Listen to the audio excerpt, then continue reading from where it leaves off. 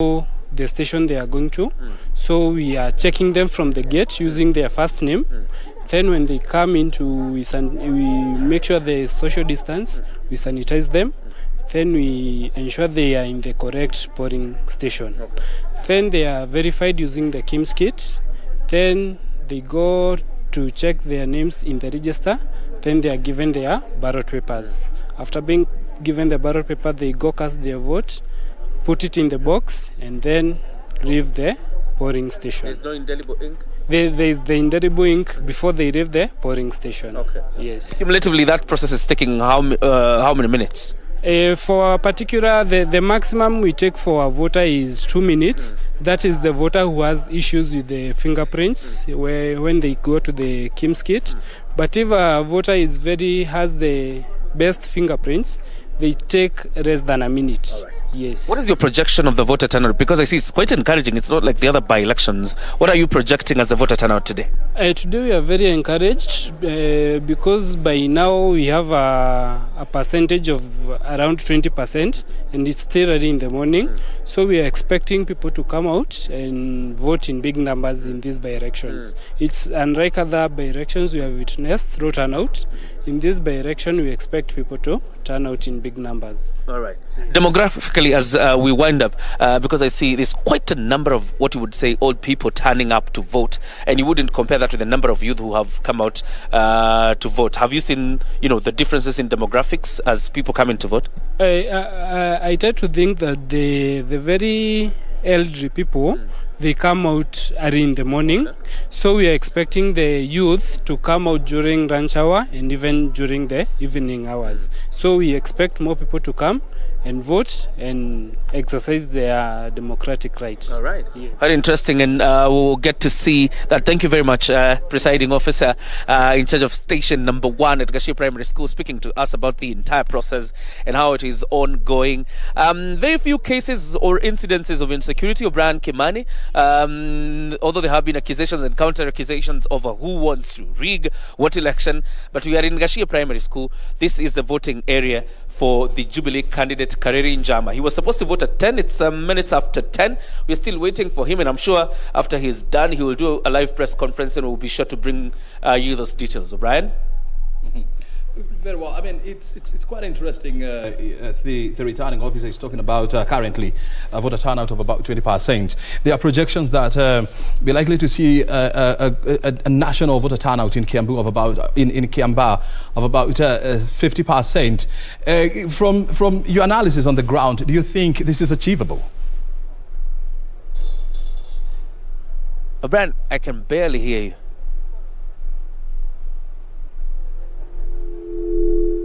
John, if you can hear me, the returning officer is talking about voter turnout so far of about 20%, and there are projections that this is likely to go up to around 50%.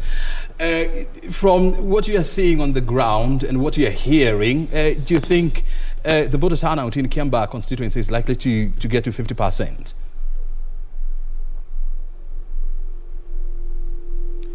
O'Brien, you'll just excuse me for a bit because I can barely hear you. Probably we need to reconnect again. Generally, that's just the feeling around here.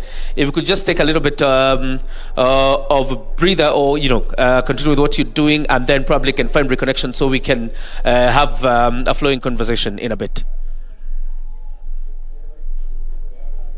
Audio challenge there, but let's try to reconnect it. But in the studio we have James Mogaka. I mean, Steve Mogaka. He's a lawyer. He's been with us here. He's been helping us understand and interpret all these, and of course make it easy for you to understand. Thank you very much, Steve. For why does Kiambaa election matters?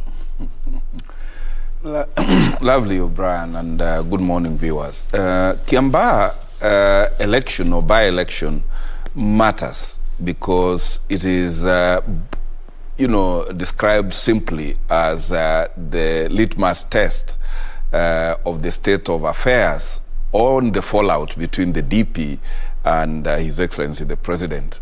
It is a test on the status of Jubilee and its two factions, the Kieleweke and the Tanga Tanga, And it is also a test of what Mount Kenya voting pattern is likely to look like, and that is why it is a do or die for everybody. No wonder all the MPs from all factions were putting their best foot forward, and that is why this is an election to watch, because it will speak a lot of what way future for 2022 elections, particularly which side Mount Kenya will be facing. The Mount Kenya will be facing. I'm very sure you can't say this with a lot of certainty because the voting is currently underway. What happens if either the candidate wins? Well, whichever candidate wins, of course, it is going to be party after party for the winning team, and it is going to be all tears for those who lose. But I see this to be a very close election. It is going to be a very tight election, and whoever wins, the margins are not going to be significant, so much so that one can say that they are in control of the ground. In my view, whoever wins will inform what the formations will look like going forward.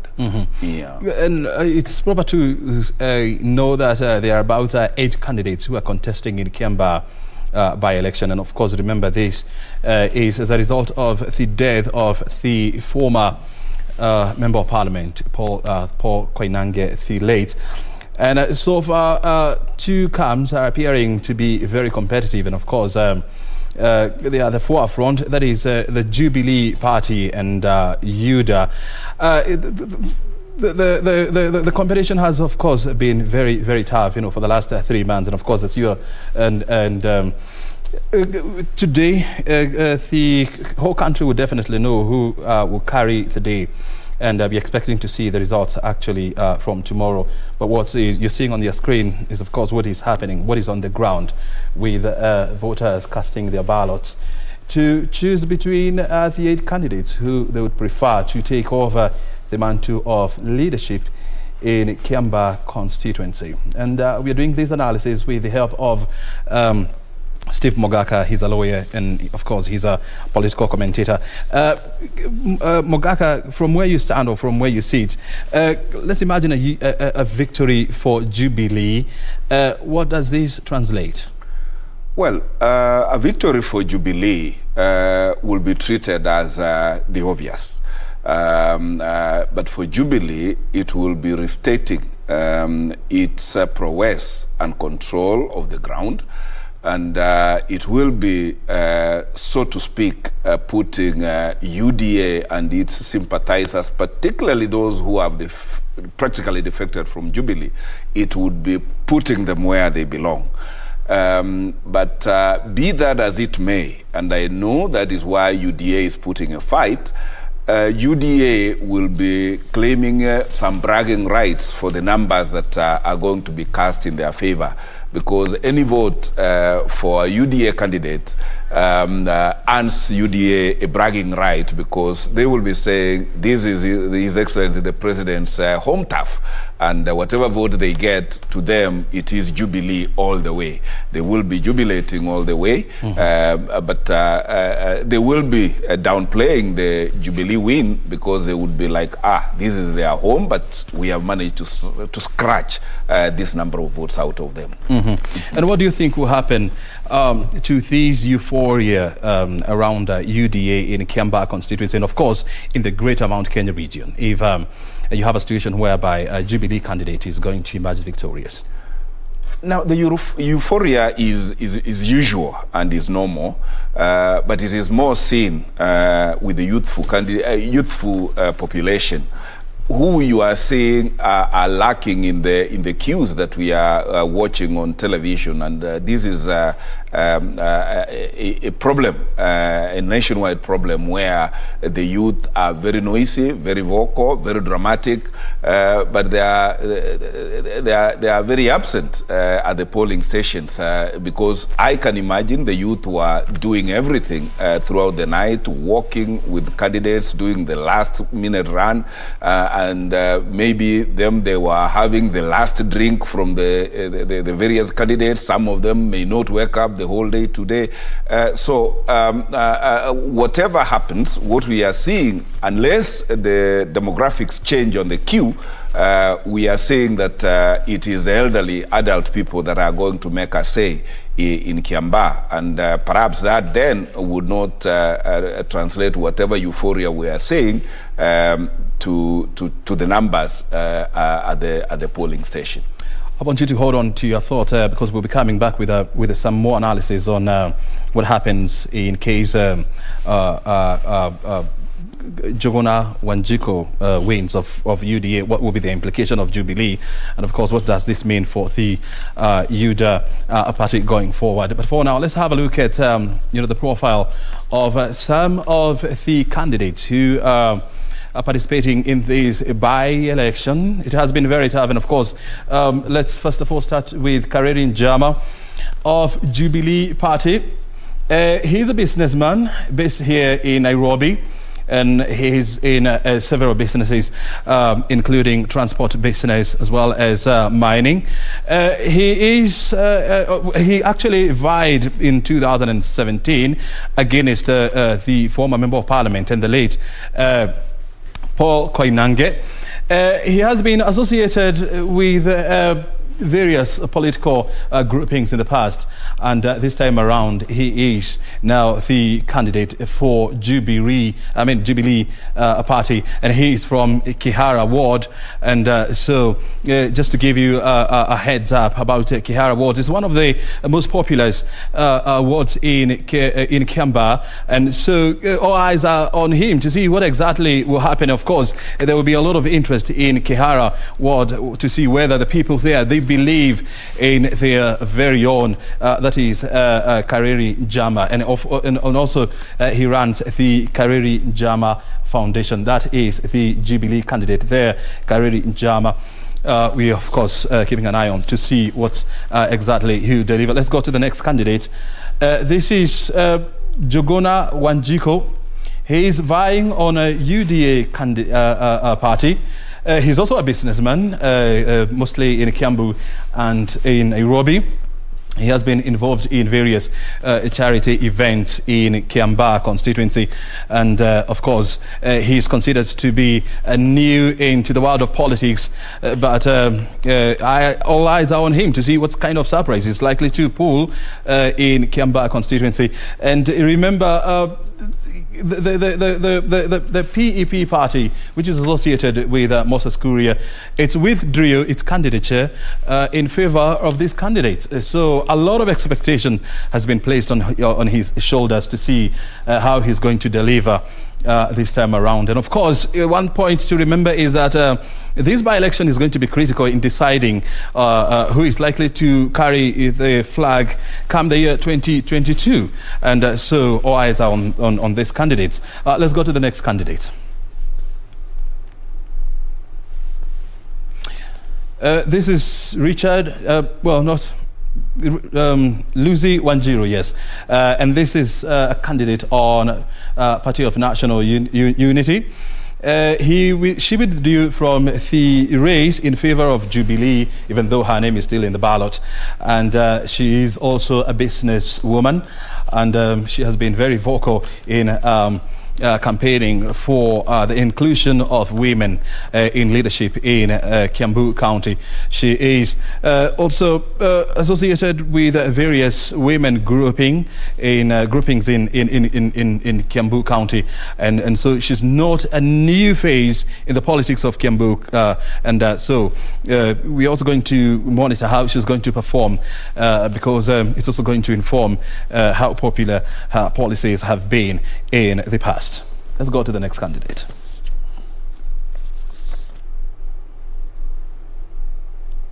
And this is Richard Njoroge.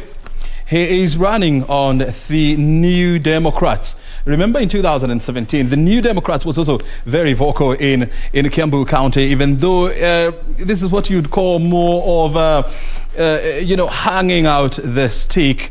I mean, hanging out or too much of the season without so much a stick. In 2017, the New Democrat was poised to be a party to reckon with going forward, but somehow it failed to deliver in Kiambu County, and so there's a lot of expectations that this time around it may be the era or the season of the New Democrats Party to see what exactly is going to pull through and what kind of punches they are likely to throw. So it is likely to re-energize if at all Richard Njoroge of the New Democrats is going to win. It's likely to re-energize the New Democrats going forward, and so you'd expect a lot of competition going ahead in the 2022.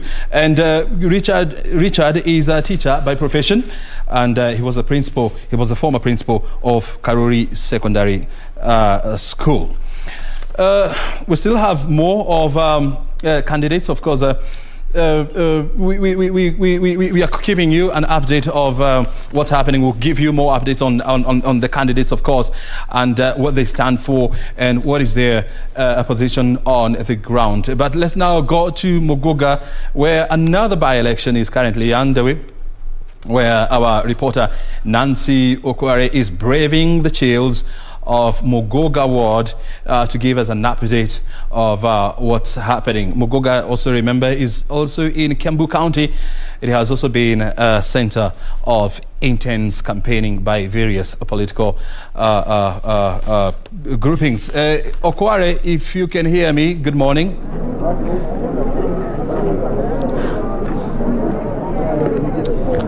Well, a very good morning to you, O'Brien. Give us an update on what's happening there.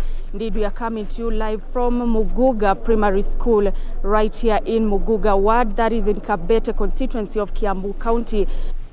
The election kicked off early morning at around 6 a.m. That's when the polls were open for the public, for the members of the public who are registered voters to come here and cast their ballot.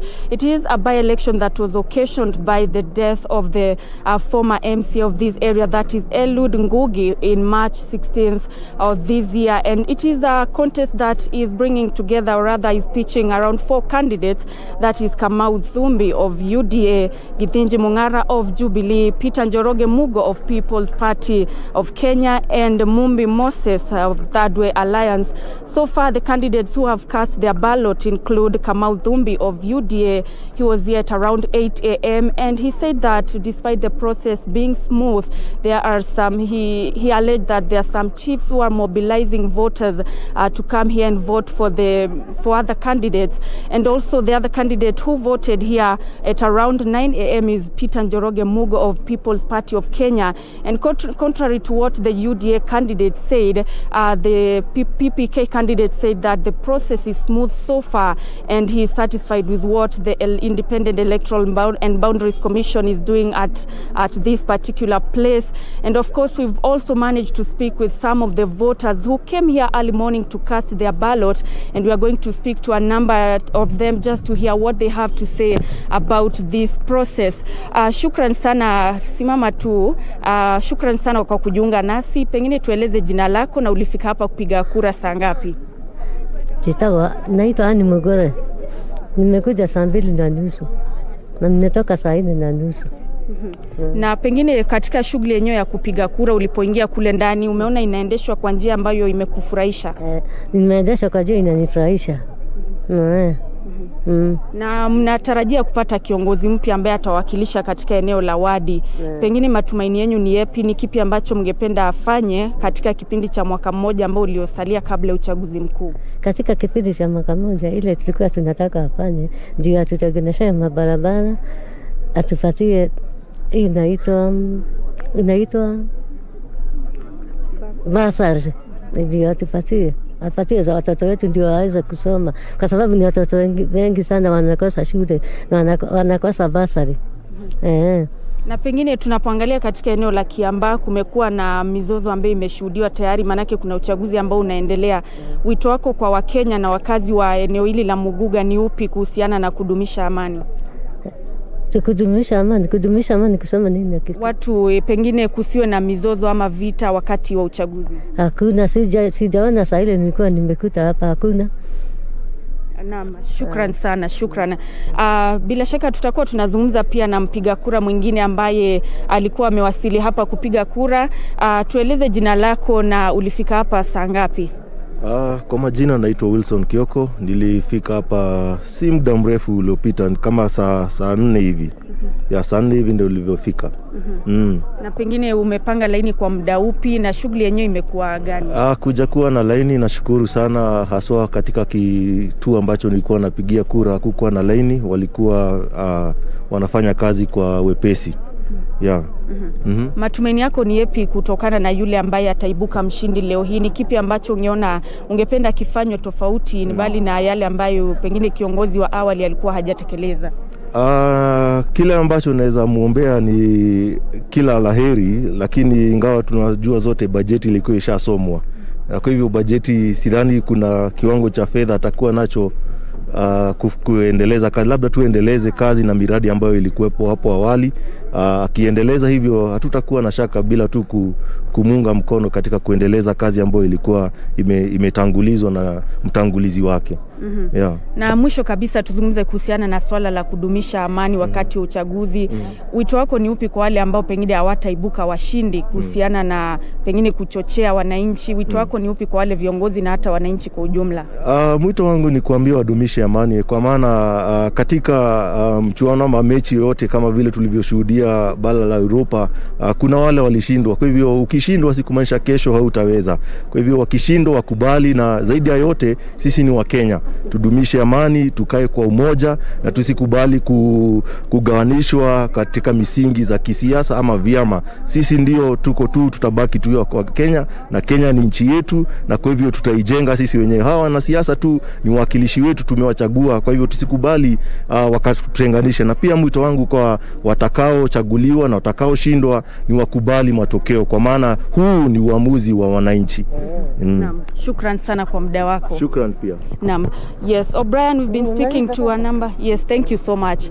Yes, we've been speaking to a number of Kenyans, some of the voters who have come here to cast their ballot, and contrary to some of the polling stations that we had visited in the morning, the voter turnout here is quite high. The numbers are good. People are here in good numbers, and we do hope that the voter turnout is going to even improve in the coming hours. We are waiting at around 1 p.m. for the Jubilee candidate, that is Githinji Mung'ara, to cast his ballot, and we'll be bringing you that live. Remember that it is a ward that has around 18,367 registered voters and 29 polling stations.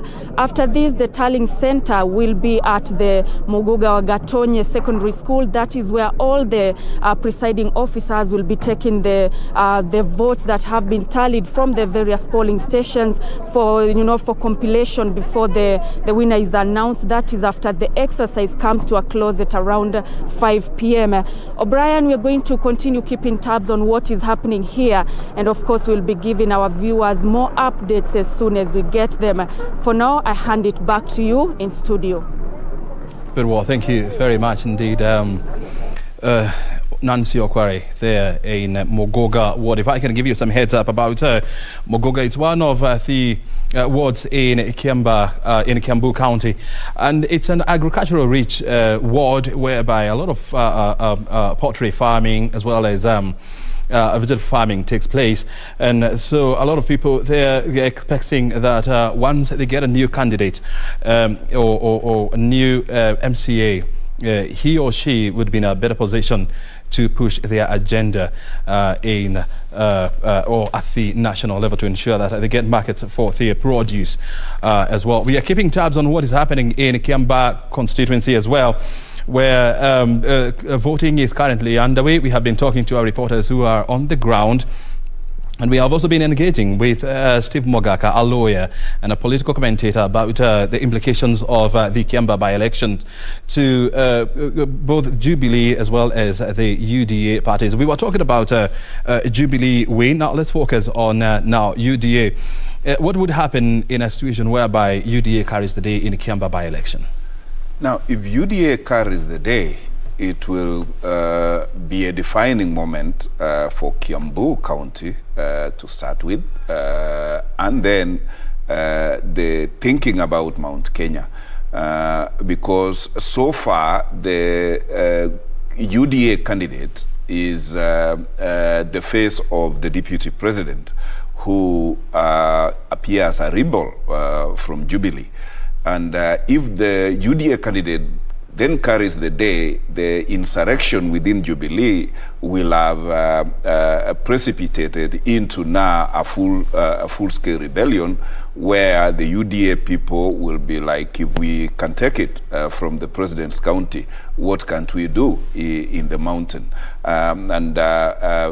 It will be quite a scare on the Jubilee formation as it is now, and we will see how Mr. Murathe, Honorable Murathe and company will have to adjust. But curiously speaking, I did not understand why the Gatundu South MP's party did not field a candidate, because he is the local from Kiambu, and having a party as he says he does, I should have expected that it is his party that should have fielded a candidate rather than UDA. But I see UDA testing the waters on what amount of support can the deputy president get on his own without a nod from the president. And a win for UDA will therefore build confidence on the deputy president as a presidential candidate, that he can make it alone without necessarily having to rely on His Excellency the President or the government of the day. Mm-hmm. And still on that issue of PEP versus UDA, I mean, you don't think it would have split their votes? Yes and no, because, okay, there are local dynamics, because the wards within Kiambaa have their own preferred candidates. So there will be local votes which will go to whatever candidate that they have chosen, by reason of proximity, by reason of the track record, by reason of the patience other candidates have exhibited in contesting previously. But there are those swing votes, particularly the youth votes, which go with the euphoria. And those are the votes that are going to decide which way Kiambaa. And yes, there may look like there will be a division at the moment, but perhaps it will be a message, a loud message being sent to Kiambu and Mount Kenya, that they have to choose to work together or go different ways, and the consequences are on the table. Mm-hmm. And if you have a UDA carrying the day in Kiambaa constituency, this is likely to boost the party going forward, bearing in mind that just 2 months ago they also managed to turn tables, and they did win in Juja constituency, which is one of the most popular constituencies in Kiambu County. So if UDA wins, is it proper to make an assumption that Kiambu County has moved from Jubilee to UDA party? Indeed, because look at it. Kiambu has an incumbent president, or if you like, an outgoing president. And they are not clear yet on the succession plan beyond 2022. And they expected that leadership within Kiambu would provide direction. And so far, there is no unanimity on what direction 2022 for Kiambu in particular, which is who's having the presidency, and by extension the Mount Kenya region. So I think this is trying the mic, if you like, on which way after 2022, or which way into 2022, because if you look at the Jubilee candidate as a handshake candidate, because curiously again, ODM, which is one of the largest parties in the country, has no candidate in Kiambaa. So presumably the ODM candidate is the Jubilee candidate, and therefore a loss for the Jubilee candidate is actually can be construed as a loss for the handshake, which therefore tells who is the preferred presidential candidate for Kiambaa, if you like, Kiambu as a whole, and then perhaps by extension Mount Kenya. That is why those veterans in Jubilee, and you saw the leader of majority, Honorable Kimunya, they are right there, because a loss for Jubilee is a loss for the handshake, and therefore is a defining moment whether Jubilee as it is viable for Mount Kenya going forward, or they have to rethink. And it will also inform the political alliance dynamics going into 2022, because there are no alliances which are permanent. Who knows? UDA can again do an alliance with Jubilee going forward, just as ODM is trying a merger, if not an alliance with Jubilee. So the result, a win for UDA, will really send everybody to the thinking table on whether handshake or UDA direction. Call it hustler, as they love to call it. And when you look at the two candidates, the UDA candidates and Jubilee, Khairudeen Jama of Jubilee is in his mid-50s, while the UDA's Karanja Wanjiku is in his mid-30s. Do you think the age issue is also going to emerge in this by-election? Oh, certainly. And the choice of candidates, if you look at the age profile of the Jubilee candidate, it is speaking of maturity, they are speaking of continuity, they are speaking of kazi endele. But the candidate choice for UDA is deliberate in that it seems to carry the face of their manifesto. It's, a struggler, a hustler, and therefore appealing to the youth, who are the bulk of the voters, that there is a generational war, and we need to host the old Jubilee and come to a more modern UDA, more young and energetic UDA. Hence, yes, a generational war may play out, and that is what UDA is actually banking on, that if they got the youthful leader, then they have demonstrated that their hustler movement is from bottom to up. Bottom up. And when you consider the fact that Kiambu County, the demographics favors young people, whereby you have a situation whereby 6 out of 10 people are below the age of 45, and fielding a candidate who is in his mid-50s, do you think the young people in Kiambaa constituency are likely to look at this issue? Oh, certainly. The young people, of course, who are absent from the queues, as we have just watched, there are some who would be generated. I mean, look like me syndrome. They would vote for a young person because they are young, because there are really no ideologies, there are really no serious policy or manifestos being sold by either party. But the youth, the bulk of them might think, yes, let us go our way. But those who take counsel would be told that you cannot cut the tree on which you are climbing. And I think this must be the message Jubilee campaigners are saying. I mean, you can't cut your legs, and you are in government. You cannot walk out of government, particularly before the end of term of government. So stick to your government and see it through, because in any case, what would a UDA a parliamentarian in this 1 year do that a Jubilee a parliamentarian would not do? So there are lots of dynamics, and I hope that at the end of the day, the Kiambaa people, looking at themselves, looking at the totality, will make a decision that fits them at the moment. And UDA is hoping that, or is banking on young people to deliver the seat of, or this seat to the fold.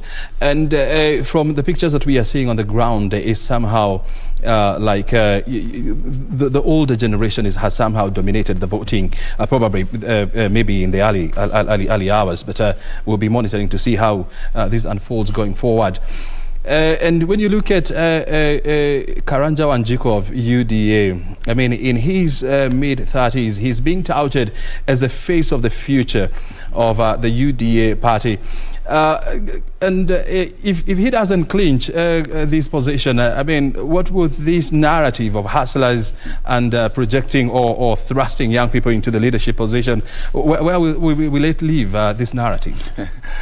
No, it is really a real test for the hustler movement, and had it been a youth movement, it would be different. But hustler connotes, you know, a different message. You can be a youth yet not hustler, and yes, if this UDA candidate, Youth for Aziz, does not go through, because remember, looking at the registration of voters by IEBC since the last election, it has been very marginal, meaning most of the youth we are seeing may not be having votes to cast, may not even be having identity cards. And this is a problem everywhere in the Republic, and therefore, if youth were to be counted on to propel their own to power, they have a challenge, because they are also last minute voters, and they are easily swayed, because I do know elsewhere where a youth would be given 200 bob in exchange of their ID on polling day, like we call them hustlers, they would rather have the 200 and part with the ID temporarily, and count on the 200 shillings for a loaf of bread. So youth are manipulable, and therefore may not be a block that can propel one of their own to whatever. But if the UDA candidate failed, then of course it is a question mark on the hustler movement. That is number one. And number two, as I said, whatever votes the UDA youth candidate gets will earn UDA bragging rights in Kiambu, saying, look at how young candidate we presented. Look at where we presented, at the bedroom of His Excellency the President in Mount Kenya. Look at how many votes we have garnered. So any which way for the UDA, whatever the outcome, they will be banking on the votes cast. And that is what will give them the bragging right around, saying this is how much we can get on our own in Mount Kenya. And yes, UDA may not necessarily be representing the youth movement in this country, but when you look at what they represent, I mean, what they espouse, you know, for example, you know, their party symbol is a wheelbarrow, and they have been going around giving people wheelbarrows. I do not see a situation whereby I'll be giving an older person, you know, a wheelbarrow, because you're supposed to use it to do business around it. So the focus is more so on young people, and no wonder probably maybe that's why they even went for a younger person, you know, to contest against Kareri Njama of Jubilee. Indeed, if you look at the moves and theatrics of the Hustler movement, it is really not about youth. It is really not like Hustler. It is like a protest movement that is being precipitated, and that is where, when you dissect the surgery of the Hustler concept and movement, it does not carry the youth, as it were, because even the wheelbarrow they are giving, which is a Stone Age kind of building or construction equipment or tool, it does not inspire. How I wish that their symbol was like the laptop that the Jubilee government did not deliver to the children, because the bulk of our youth are into internet, are into, that would have resonated a lot more to the youth, particularly those who want to embrace technology and fly. But be it as it may, it is their choice. Coming as they do from Jubilee, because the bulk of the Hustler movement proponents are actually graduates or alumni of Jubilee. So if we were to question who they are and why Tuko Pamoja 2013 and 2017 and now Hustler in 2021 as they are doing in Kiambaa today, there are lots of questions philosophically you can ask about this changeover, this makeover. But as Professor PLO Lumumba says, whether you change the forest, the monkeys seem to remain the same. It is the costumes that they keep changing and play around with the psyche of the voters. And the voters seem to be excited, and ecstasy takes them the direction these same monkeys seem to be taking us. Mm-hmm. And we also saw in Junja, there were pockets of violence there, and the IEBC was somehow castigated for being soft and, of course, not playing by the rules of elections in this country. And so you would expect them to redeem their image from those allegations with the Kiambaa by-election? Unfortunately not, because this election, when it is tight, and this election when it is again a competition between a team that has everything to lose and a team that has nothing to lose, like is the case in the UDA Jubilee thing. Jubilee has everything to lose if the election were disrupted, and UDA have everything to celebrate if the elections were disrupted or there were drama like they tried to do in one polling station. And these are political strategies that are always played, and that is why, with the tremendous humility, I think that when a lot of security is deployed to ensure that polling stations are safe and that there is no uncalled for drama, it is a thing that as a country we need to embrace, we need to applaud, because we cannot afford, just because of a by-election, we get people hurt, we get people injured, we get loss of perhaps life, God forbid, and property. And that is the reason why whatever attempts were made at Juja, I do not think will be repeated in Kiambaa, because Jubilee, who are in government, will have everything to lose if there were fracas in any polling station in Kiambaa. Mm-hmm. I don't foresee that happening. Mm-hmm. They will only come and cry that there was too much unnecessary security, but we are better careful than regret thereafter. Mm-hmm. And on Monday we saw the chairperson of IEBC, Wafula Chebukati, saying that Yes, indeed. There were some challenges in the past, but they have tried to put their house in order, and they are confident that they are going to deliver this election without any hiatus or any delays. And we are likely to see the winner of this contest tomorrow. If IEBC manages to deliver this by-election without much hiatus or problems, could this be a pointer as to how the country is likely to act in about a year from now, in 2022? Unfortunately not, because a by-election can never be a yardstick of what a general election will look like. Because this is a by-election, this is actually one election in one constituency. In fact, call them two by-elections in one constituency and one ward. You cannot compare that with 6 elections in every constituency, which a general election is about. Very well. With tremendous respect to the chairman of IEBC, these by-elections will not speak about. Very well. I want you to hold on to your thoughts, because now we want to dash to Kiambaa, where the Jubilee candidate, Kariri Njama, has just cast his vote and he's about to give a press. Let's now dash over to Kiambaa constituency and get to understand what's happening.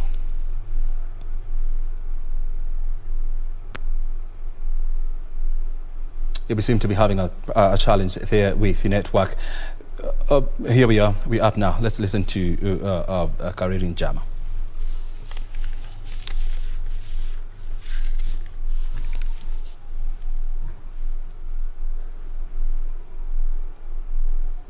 Oh, not yet, but we are still working on that. We'll give it another stab to see whether we'll be able to go to Kiambaa constituency, where Kariri Njama is speaking. Let's try this.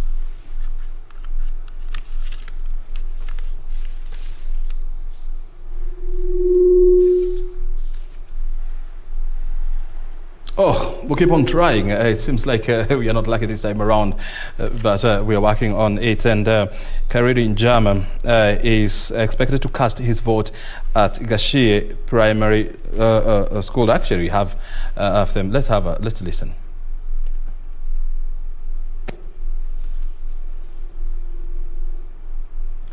The pictures that you can see on your screen is, of course, that is Kariri Njama of Jubilee Party at Gashie Primary School, where he is on his way to cast his ballot. He is one of the 8 candidates who are vying for that post that was left vacant by the death, following the death of the former Member of Parliament, the late Paul Koinange. That is the man where the hope, or whose hopes of Jubilee Party lies on. And of course, all the eyes of the party are on him to see whether he is going to deliver the Kiambaa seat to the Jubilee Party. And I can imagine the pressure he's under to ensure that he actually delivers. Because this is going to boost the position of Jubilee Party in Kiambaa, or in Kiambu, and the larger Mount Kenya region. Kariri Njama of Jubilee there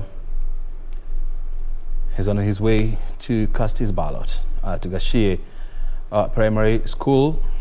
This is Kiambaa constituency by-election. We continue with the conversation here. As you can see, that is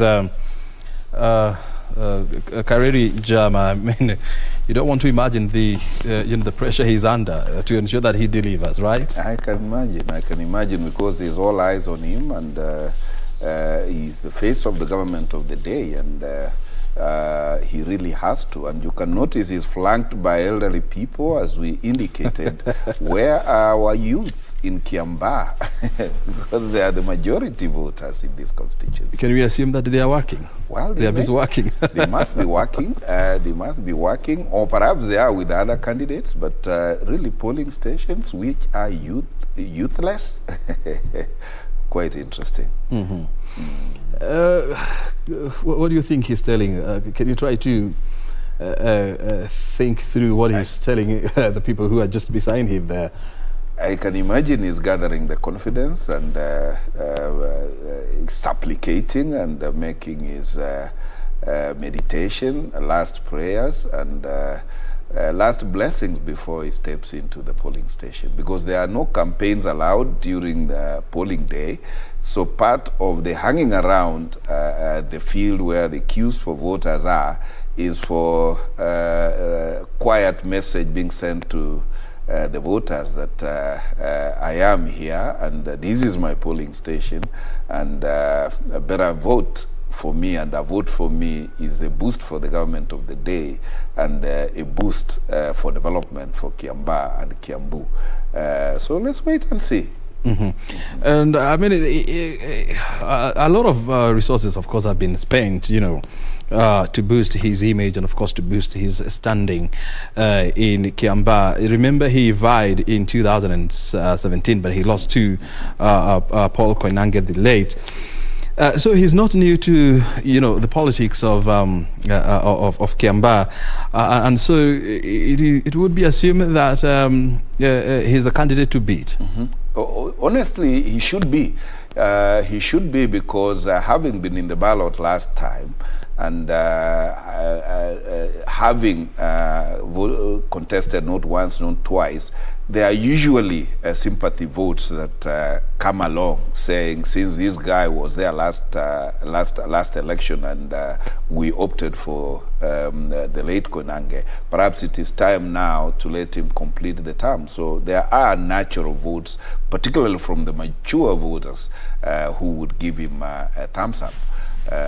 But as usual, the youth live by the day, and they'd rather deal with experiments, and that is why the UDA candidate will be a force, particularly amongst the youths who will present themselves to vote and vote. Mm-hmm. And Kiambaa by election, we have also seen you know the heavy involvement of politicians outside of Kiambu County. We've been seeing the leader of majority in Parliament, Amos Kemunya there, and the member of Parliament for Kipipiri, which is in Nyandarua County. He has been at the forefront of campaigning for Kariri Njama. We have also seen other people like Ndede Nyoro, the member of Parliament for Kiharu, all the way in Murang'a County, being very, very vocal in supporting or in trying to garner support for the UDA candidate. How did we end up here, whereby politicians from other regions or other areas would come and vote for, a campaign for a local candidate? O'Brien, when I was young and those times of Honorable Elijah Mwangale, there was a word coined called political tourists. Whenever there is a by-election, normally it is not about the candidate. It is about formations. And therefore, whatever formation that the Jubilee candidate is representing, they will all be there. I saw Kanini Kega, I saw the Nyeri MPs, they were all parading there. Just as much I saw the Rift Valley MPs, Akina Sholei, name them, they were also in the campaign trail. So much so that the by-election, and unfortunately by-elections never bring forth the best of candidates. Because they only bring out the result of the two tussling forces. It has always been a two-horse race between the ruling party and, if you like, the opposition. At this election being manifested in the face of UDA.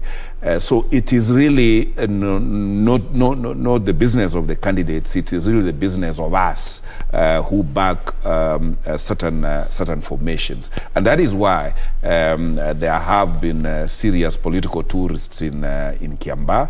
I hope the eateries and mamambogas of that place made business, because this by-election is actually a commercial enterprise for many, and perhaps that explains why the youth are still in the market making their coins. That is why other youthful mamas are in their stalls making their coins, so that they come at lunch break to vote, or come at the tail end of the day to cast their vote. Well, and as you can see on your screen, that is the Jubilee candidate, Kareri Jama, flanked by, is it a young, this looks like a young... It must be a daughter, or maybe a daughter, or his granddaughter. His son or his granddaughter, I don't know. He's there, actually, and I want to believe he's being taken through the motions of casting his ballot. So maybe he's having a chat with the people who have already cast their ballots, maybe asking them what has been their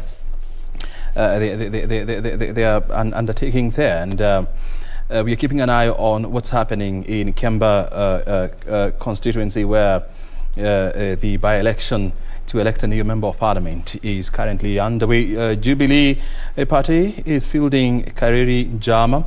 UDA is fielding Jogona Wanjiku. And the other candidates include Richard Njoroge, who is running on the New Democrats Party, Evans Gishia, who is running on People's Party of Kenya. He's a tax consultant as well as an auditor. Willie Kamau, a businessman and a political analyst. You have who is running as an independent candidate.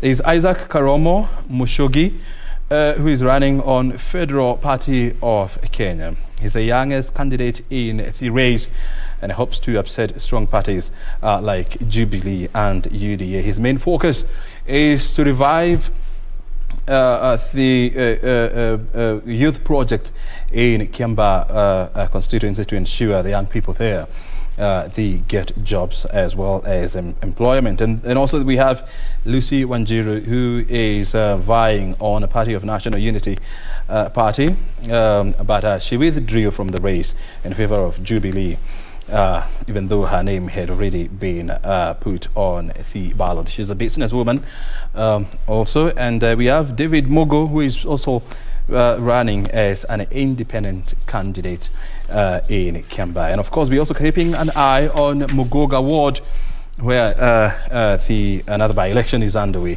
to elect a new member of County Assembly following the death of the former MCA in that area. And all these areas, we have our reporters who are on the ground, and of course following up on what is exactly happening there. And we're giving you a blow-by-blow account of what exactly is happening in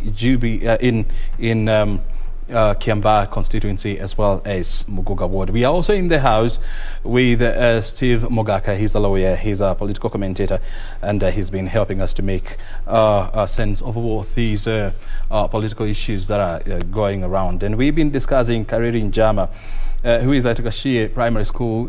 Is about to cast his ballot, and of course we also be ready to go there to listen to what exactly he will say once he casts his ballot. And as you can see on your screen, he's being taken through the motions of casting his vote. But let's now go to Jogona Wanjiku of UDA, who is casting his ballot. The pictures are on your screen, actually, as you can see. He's going through the motions of how to cast his ballot, and he's having a conversation with one of the IEBC officers, and maybe trying to understand or trying to get an assurance that everything is fine. You can see him, as, of course. I mean, he looks pretty young, right? Yeah, he's pretty young. But he's surrounded by young people. Yes, so you can say so. Yes, but there are not quite many the semblance of old people. Well, but this is a polling hall. You do not expect you know, so many people in there. So many people in there. I wish our cameraman showed us what the queues look like out there. But certainly he has composure. And I see a young lady, maybe a sister, maybe a fiancée, maybe a fan. Yes, he is there and he's being taken through the voting processes. And I think if I were him, I would have carried my vote on a wheelbarrow so that... you try to dramatize the process. To dramatize it. Actually, what you are seeing on your screen, on your left, that is where we have a UDA candidate, Njuguna Wanjiku. He's casting his ballot at the Mbegwa polling center. And on your right is Jubilee's Kariri Njama, who is voting or casting his ballot at Gashie Primary School. So those are the two horses, actually, as one would say. And as you can see on your right, the IEBC officials are scrutinizing his documents, and now he's about to put his thumb to the paper to confirm that he has actually voted. Kariri Njama is wearing, this would qualify to be pink jacket. Oh yes, and this is pink, jacket, right? Yeah, it is a pink jacket. Pink jacket, and the UDA candidate Karanja Njuguna is wearing a golden jacket. Sure. Is that right? Yes, that is right. And he also has a cap on on him, and a mask. And it seems like they are doing these at the same time. They are doing is a parallel voting, and I think that is why KBC should be commended, giving us live 2 screens at the same time. Where else would you watch this other than on this national television? It can't get better than this, I guarantee you. Oh yes. And finally, Karanja Wanjiku has done what he ought to do. And the ballot. Let's see, has he? Oh yeah, there he goes. Njugu is let's see. Is it closed? Oh yeah, now it's open for him. Let's see. That's the historical moment for UDA candidate Karanja Wanjiku. There he goes, flashing his ballot paper, about to dip it into the ballot box. On the other end, Kariri Njama of Jubilee is also up. And there goes the ballot paper, almost in, and there you are, finally in. And Karanja Wanjiku finally has cast his ballot, looking quite emphatic, right? Oh yeah, I was telling you, I mean, he's in the company of young people. Oh yes, oh yes. Yeah, and also espousing the looks of a young person, you know, there with a baseball hat. And his fingers getting marked in, to show that he has finally cast his ballot. He's now emerging out of the hall. Let's see whether he have any word with the press. There goes Kariri Njama, also with his ballot paper. He's about to do what he ought and what he needs to do. He goes to the booth, and let's see. It's quite unfortunate we wouldn't be able to see who he's going to tick for. Yeah. Oh sure. It's a secret. Yeah, it's a secret it's process. A secret ballot, and obviously will take for a candidate of his choice. I hope he chooses himself as this candidate of choice. I hope so too, yeah. And there goes his ballot paper. Let's see.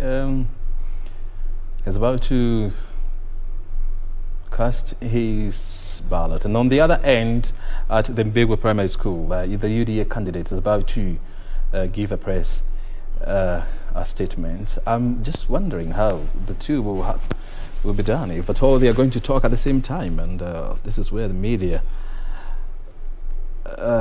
there you have it, about to drop the ballot into the box. Oh my goodness, I wish he could do this first. Let's first of all listen to the press by the UDA candidate.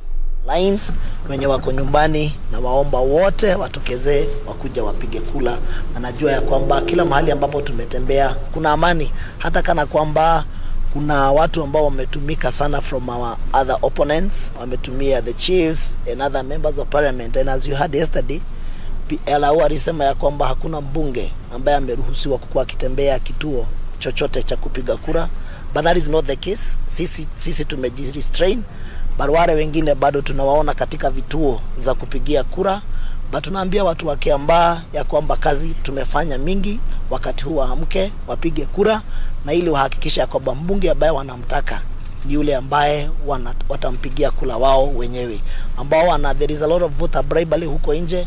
Tumeona magari mingi, machief pia, lakini naojua watu wa Kiambaa watapiga kura mahali ambapo wanataka. That's all. Okay. Thank you very much. First and foremost, we really want to commend the IBC. The exercise has been very smooth and very well organized, and we are very happy. And this is a confirmation that the IBC can be entrusted in the next general election. We, however, want to condemn in very strong terms the massive bribery by the members of the National Government Administration, chiefs and assistant chiefs, who have 500 shillings notes. They are all over the constituency, bribing voters, intimidating them to vote the Jubilee candidate. But we are grateful that the people of Kiambaa are eating the money and voting right. The people of Kiambaa have refused to be intimidated. And I think the outcome of this by-election is a pointer to what is going to happen in the next general election. So we want to thank the people of Kiambaa for being peaceful. Despite the provocation, they have remained peaceful. Both from UDA and Jubilee, they have refused to fight each other for the time we have been campaigning. There were fears that outsiders could be brought this afternoon to come and disrupt the exercise. We want to urge the government, we want to urge the National Police Service to protect the people of Kiambaa, to make sure that we have sufficient security to accord each and every voter an opportunity to cast his ballot peacefully, so that at the closure of the exercise, people can go home and wait for the results. And we trust that our government will be responsible and not to allow goons from Nairobi to come and beat up the people of Kiambaa. Specifically, we want to appeal to our president who comes from this county. The people of this county voted for him to a man. It will be very sad if you were to allow people from Nairobi, from Kibra, and from Mathare to come and beat up the people of Kiambaa. The people of Kiambaa themselves are peaceful, and they have agreed that they are competing peacefully and they will not fight. Let us not get outsiders coming here to fight. We want to tell the chiefs and assistant chiefs who are being used for this exercise, one day they will be held to account. It's against the law. They are civil servants. They are not supposed to participate in politics. Bribery itself is a crime under the law. And we have asked our people to take videos and photographs. And one day, after the next government, they will be held to account because it is wrong. We, as UDA-leaning members of parliament, have kept off. We have just come here for the voting and we are going away. We have decided to ease tension in this constituency by not coming to compete with our Jubilee counterparts. I wish they could do the same.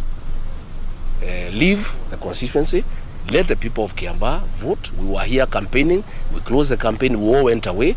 I would rather all our colleagues, we can just go away and we wait and come back in the evening after the closure, so that we let the people of Kiambaa make a decision on their own as to who they want to represent them in parliament.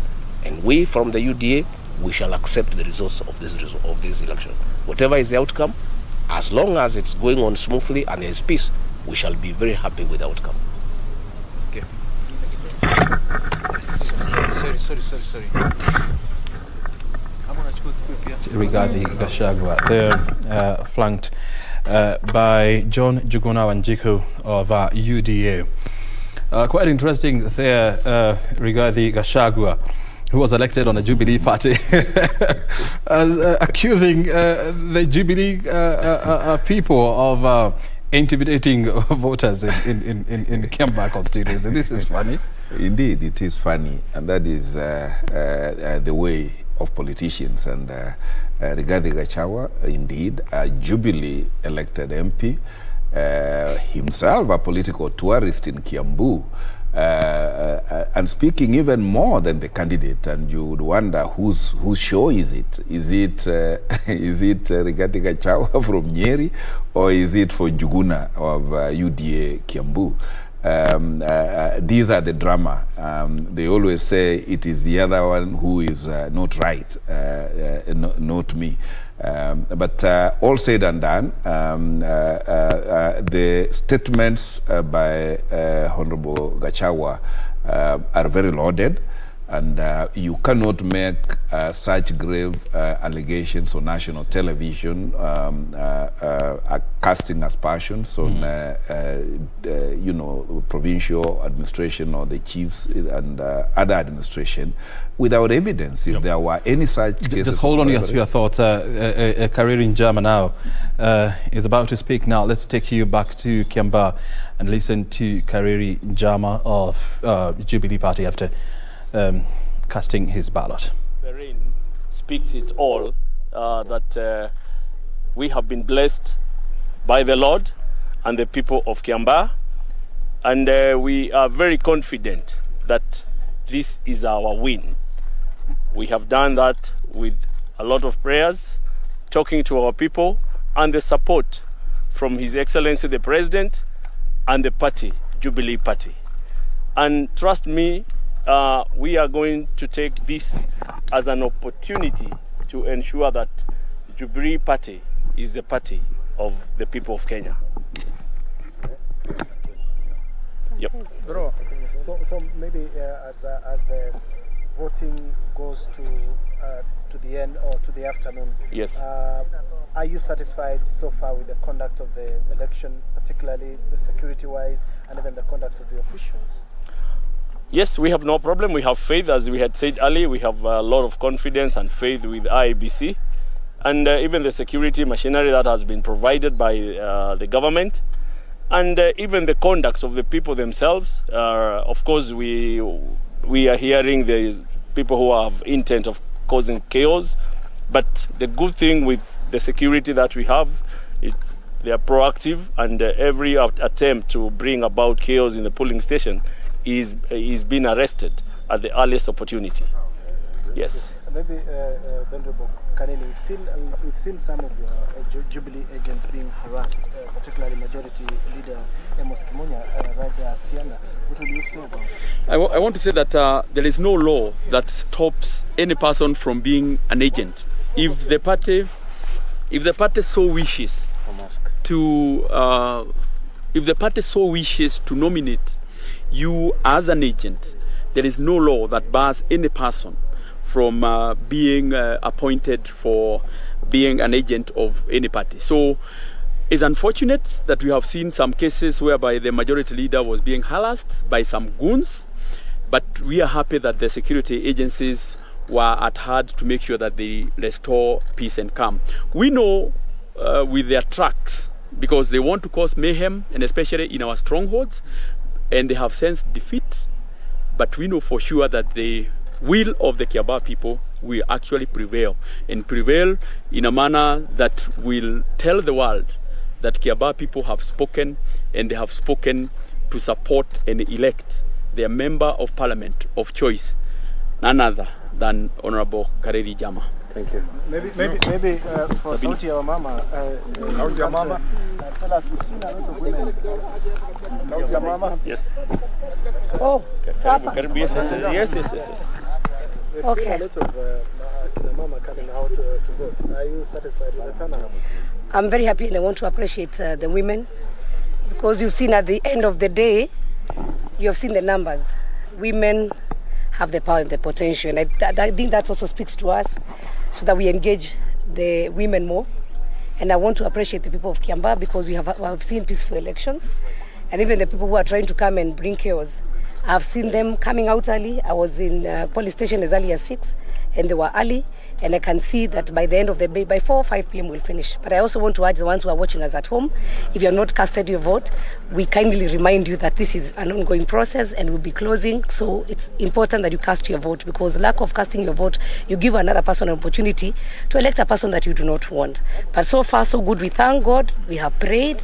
We did everything, and even for now we're in prayer and trusting God that this victory belongs to Kareri Njama. This victory belongs to the Jubilee Party. Thank you. Kikuyu kidogo. Rafiki zenu.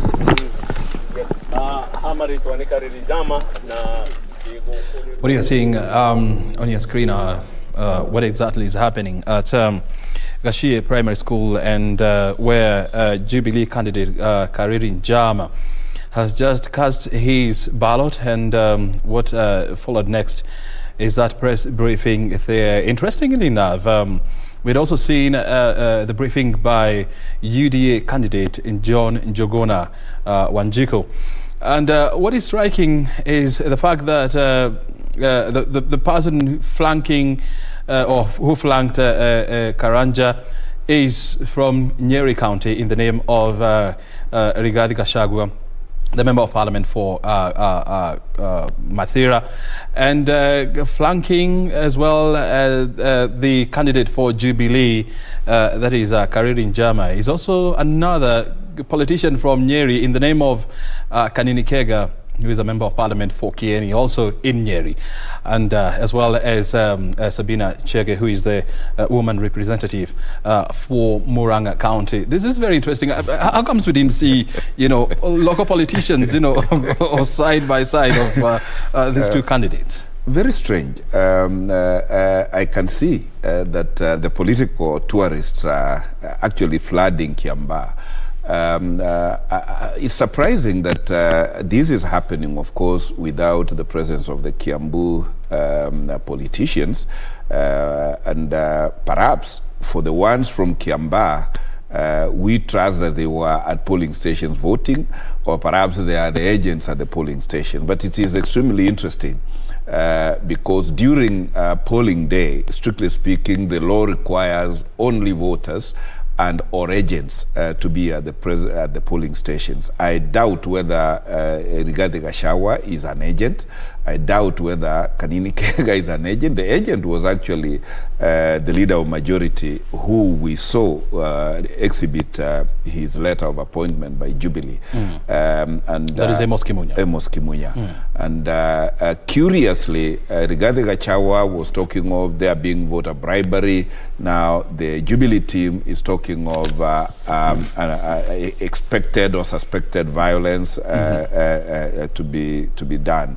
Any which way, I think these are unnecessary political statements, and I think these senior politicians need to exercise restraint on a polling day like today, so that we front more the candidates and what they are going to do if their vote translates to a win.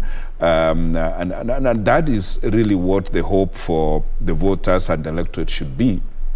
And that is the hope of the rest of Kenya, because whoever is elected from Kiambaa is actually coming to legislation of national in the National Assembly, and whatever legislation he makes is going to impact on everybody in this country and elsewhere, and that is why it is everybody's business, and that's why I commend KBC for bringing it live for every citizen to see what quality of legislature is coming out of this by-election. And of course, it is proper to put it on record that so far we haven't witnessed any cases of violence or bribery, as and those the personal opinions of politicians on the ground, and we believe that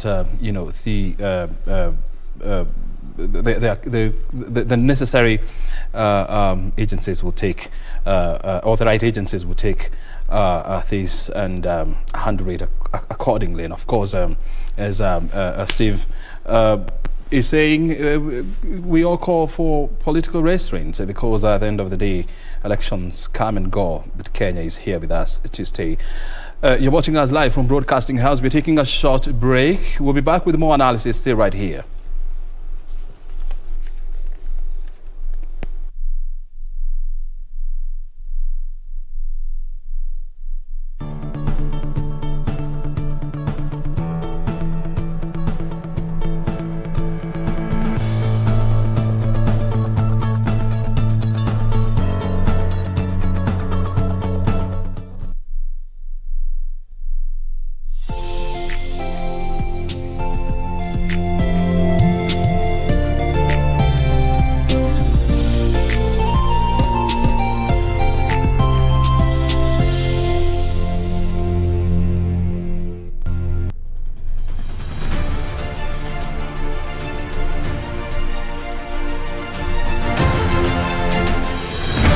Mradi wa bwawa la Thwake ni mojawapo ya miradi ya utoaji maji safi inayotekelezwa chini ya uongozi wa Rais Uhuru Kenyatta ili kuimarisha maisha na mapato ya Wakenya.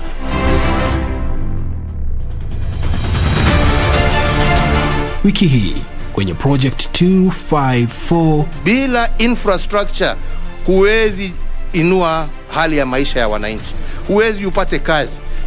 Bila maji haya ambayo tunafanya, hatuwezi tulime sehemu hizi ambazo tunajua tuko na udongo sawa, lakini ukosefu ni maji. Hiyo ni infrastructure. Nataka kushukuru president wetu sana ambaye ameshikilia hii mradi sana na akaingililia mpaka Wakamba wapate maji.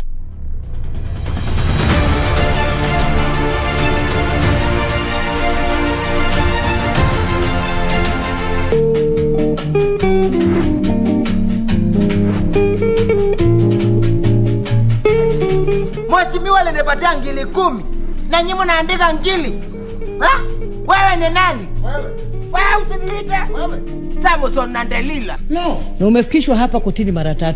Leo unakubali ama unakataa? Nani akubali? Siwezi kubali vitu. Mashtaka yote mawili. Nakataa zote mimi mheshimiwa. Mashahidi wako. Yes. Anasema wewe usinichoke kwa hakusema mambo ya kukuhonga. Hata mimi sijasema vile unapelekanga.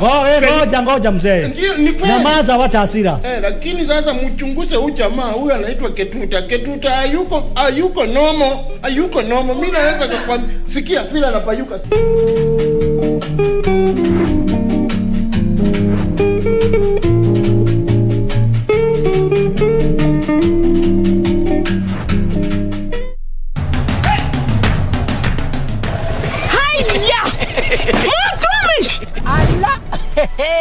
Nissan Serena ndio hii. Na unaweza kuwa wewe ndio tunapikia simu. Kodi ya Nissan Serena ni NS. Alafu kisha kwenye amount ni 50 bob. Hii Nissan Serena tunakupatia na shilingi 50. Kujiunga na QuickBid ni rahisi. Enda kwenye M-Pesa, bonyeza paybill kisha weka business number 4032353. Kwenye account weka kodi ya bidhaa unayotaka na bid yako ya chini zaidi. Kwa mfano TV 16. Kisha weka shilingi 20 tu kama idadi yako. Weka bid yako pia kwenye www.quickbid.co.ke. Kumbuka, bid ya chini zaidi ya kipekee ndio hununua. QuickBid, bidhaa bora kwa bei ya chini. Siri za maisha. Siri ya kwanza ya maisha ni kujifunza kusamehe. Ya pili ni kujituma. Ya tatu ni kujifunza. Ya 4 kukubali mabadiliko. Ya 5 kuweka akiba. 6 kutokufa moyo. Na 7 kumtendea mwenzako jinsi ungependa akutendee wewe. Ili kupata skiza tune ya siri za maisha, bonyeza *811 *397 hash. Bonyeza *811 *397 hash. This is where it all began. As the mother of broadcasting in Kenya, you can trust KBC to bring you authentic news and programs to your living room. Action. As KBC, we take pride in our unrivaled heritage as Kenya's trusted national broadcaster. Commanding over 92% digital television signal coverage of our country, 23 radio services that cut across our entire language spectrum. Hapa ndio makao makuu ya burudani. A national, regional and international digital presence backed by the most experienced and top-notch broadcast professionals in the industry. A very good evening to you. The new look Kenya Broadcasting Corporation is truly ahead of the pack.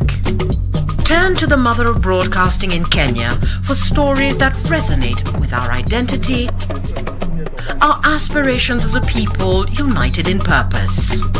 Real stories of hard work, of passion, of creativity, of big dreams.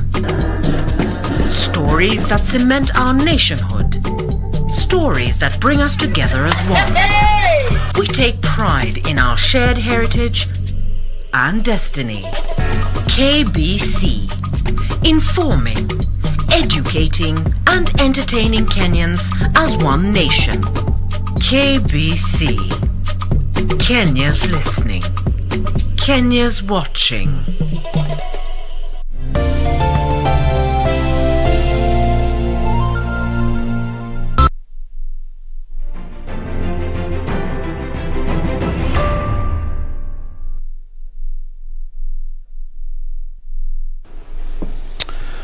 Welcome back. You're watching us live from Broadcasting House. Of course, we are tracking what's happening in the country and, of course, outside the country. And, of course, our focus today has been on the Kiambaa by-elections, where 8 candidates are squaring it off for the seats. Now, let's take you to Milimani Law Court, where the trial of Sharon Atieno's murder is currently underway. Let's first of all listen in. It is day 4 of this case, and so far the 6th witness has just given or testified, and let's now take you there and listen through.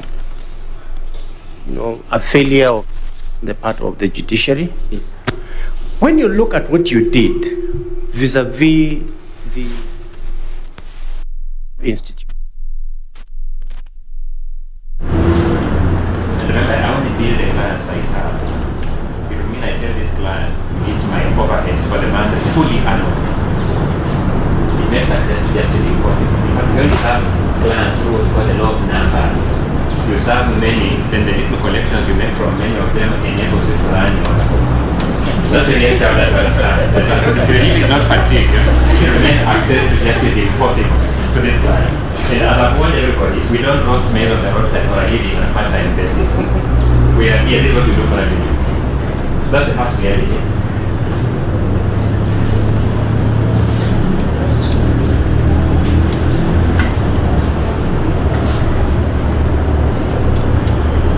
And the reality of the matter is that when we take our week as we have done now, virtually all our offices serve, and that's a reality. Just as a sacrifice we do out of conscientiousness, that we owe a duty to the cause of justice, but it's not like that. Our officers have suffered. There are people who actually are now sending insults to our phones because we are not picking their calls and we are not responding correspondence, and we may be rounded up to the Law Society because we were here.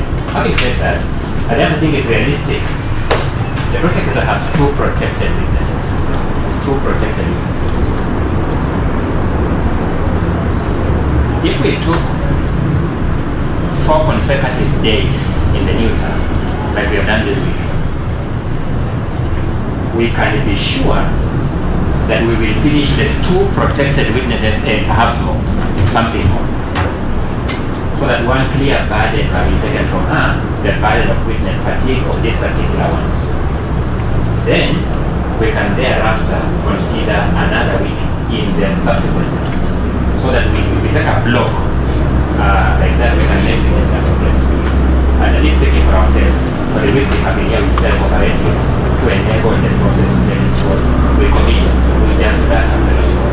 So I would recommend that for now, we take a week in the new term.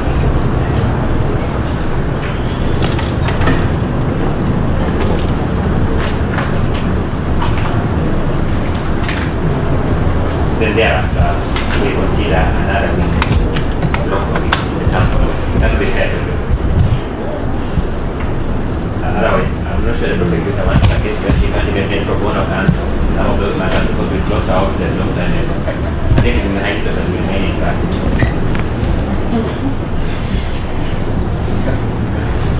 Might be on behalf of the family should also consider the interest. And then what about the fatigue by the family members? Every time you keep postponing or having every time we the court should consider the interests of the family of the people as well. And as when you look at the question of fatigue, what about the consequences of intermittent hearings of the family? Well, every time we come here, we are opening a wound for them. So if we are started in this hearing, which in essence is being forced to spend a lot of time, it does not, it's actually against their interest. You know, you should also, in my very humble opinion, consider the practicability of what the prosecutor is requesting. We are coming to the very lengthy witnesses. Today we have taken close to 3 hours on a witness whose statement was a page. The contents were just a page. If we are to use that and contradistinguish between the witnesses who are supposed to come at the next hearing, it will take much more time. So to limit ourselves to just a week throughout the entire third term of the court, we may only take 2 more witnesses in my very humble opinion. I understand there are different interests. To balance, which the prosecutor has asked for 3 weeks, they have asked for a week. My very humble request is, as the prosecutor has asked, we can do one. The murder trial of former university student Sharon Atieno, who was brutally murdered back in the year 2018. Today is the 4th witness who has just given his testimony. And of course, Elisha Omwono, the defense lawyer there, arguing his case out at the Milimani court. We continue to crisscross the country to give you the latest in terms of news.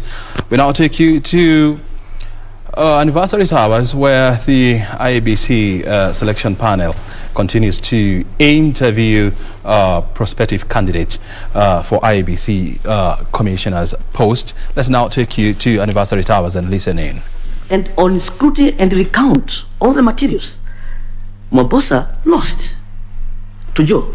Yet, the electoral commission has declared Mwambosa the winner. And the question was, how did this happen? And that's where the principle of law came in. 1, for you to apply for scrutiny of votes, you must lay a basis. And 2, the other principle, because the matter went to the Court of Appeal, was that the petitioner must prove on not beyond reasonable doubt, but above a balance of probability, that the process was not in accordance to the law. That is the standard of proof that came out. And that case is cited up to the Supreme Court today. Standard of proof, you go to section 83, you'll find it there. Originally, it was section 28. That's one case. Now, let me move to the new constitution. I handled the Changamwe election petition recently in 2017. Again, something happened there. In the run-up to the election and the counting of votes, the votes garnered by the candidate who won the election in Changamwe compared to other candidates was more than what was cast. And one polling station was found to have more ballot votes cast than the number of registered voters. That was 1. 2, there was allegation of voter bribery and the use of witchcraft. You have heard that in Mombasa it can happen. And therefore, it was a momentous thing for me to defend the commission, that they handled the matter according to the principles set out in the Constitution. And I was able to convince the judge, not only the High Court, but up to the Supreme Court, that the conduct of the election, although some irregularities were found in the course of tallying and counting of the materials and scrutiny of votes, it did not affect the very outcome of the election. Again, you find that principle in section 63, and it is in Laila Amolo Ondinga 2017 case. Those are two cases I can say I have done, but I've done many. You've done more. Yes. Well, I just needed you to refer to those two cases. Very quickly, Justus, the question of technology, use of technology in electoral matters, you know what the law provides. What would you have to say about the jurisprudence from our courts on the use of technology in electoral matters? Thank you. The use of technology first came in 2013 and 2017. And you and I know that technology is new to all of us. And there has been a challenge whether technology should be considered to be the primary or should be the secondary in terms of election. We have seen rules and regulation require technology. For example, when it comes to identification of voters using the biometric system, or what now we call the Kenya Integration Management System, the KIM system, how do we ensure they're working?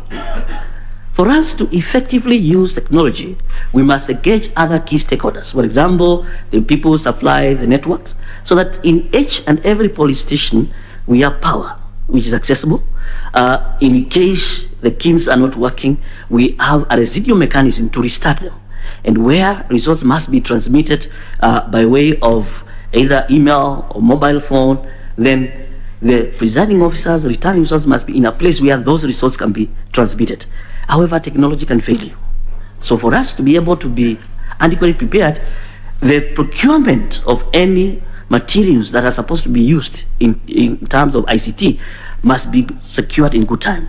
The law also provides that we must have a committee composed of not only an officer of IBC, but also a member of parliament, political parties, and other leadership who have knowledge in ICT to ensure that there is constant consultation and improvement towards election time. 3, the audit and verification of the instruments to be used in technology must be done in good time, so that you don't start testing today and the elections are taking up tomorrow and you say it fails. But over and above that, we must have the residual mechanism when you use technology to use the manual system. Why do we say so? My experience showed there are places where somebody cannot be identified using the biometric system. Why? Somebody has been a machine cutter.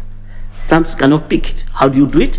You go back to Avano Medical, check the register, certify this person there, allow them to vote. So there are those areas that technology must come in as a complementary system.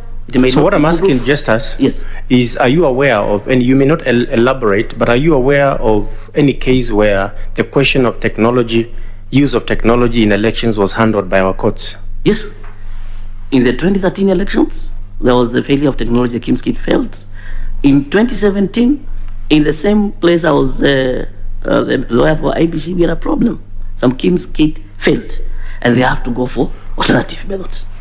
Okay, briefly, and as we finish, you know that the question of timelines in election petitions has been litigated a lot. Swala hili limekuwa kizungumkuti. Kweli hiyo ni swali nyeti. What would you say? Ungesema nini kuhusu, the question of time in election petition? As a lawyer who has been involved in election petition, dealing with filing, prosecution of election petition is 30 years' time. Insofar as the timelines for the MCA, the MP, the senator, the governor, where they say that within 28 days of the results you file the petition, serve it within 15 days, response within 7 days, finish that petition within 6 months, that's okay. But on the presidential aspect, I still find a challenge. A presidential election is a huge thing. Results are declared, and within 14 days you're supposed to be disposing. That's file the petition within 7 days, finish within 14 days. It's not possible. It has been a challenge. Even I will tell you, if you look at the Laila one in 2013, that was a challenge. About 150 affidavits were struck out.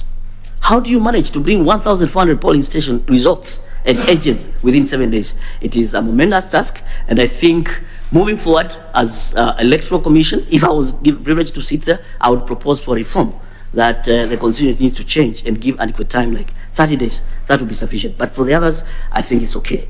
In dispute resolution also, within the commission, the timeline is given okay. Okay. Yes. Thank you very much, Justus. All the best. Thank you very much, Madam Chair. I thought you last be in Kiswahili. Ingezungumza lakini nashukuru. Asante. Thank you, Mr. Kimuli. I'll now request Dr. F.S. Abdallah to ask you a few questions. Karibu Bwana Munyidhia. Asante sana. Now, I'm very glad and happy to hear the humanity work you've done or you're doing in Mombasa. I was born and brought up in Mombasa.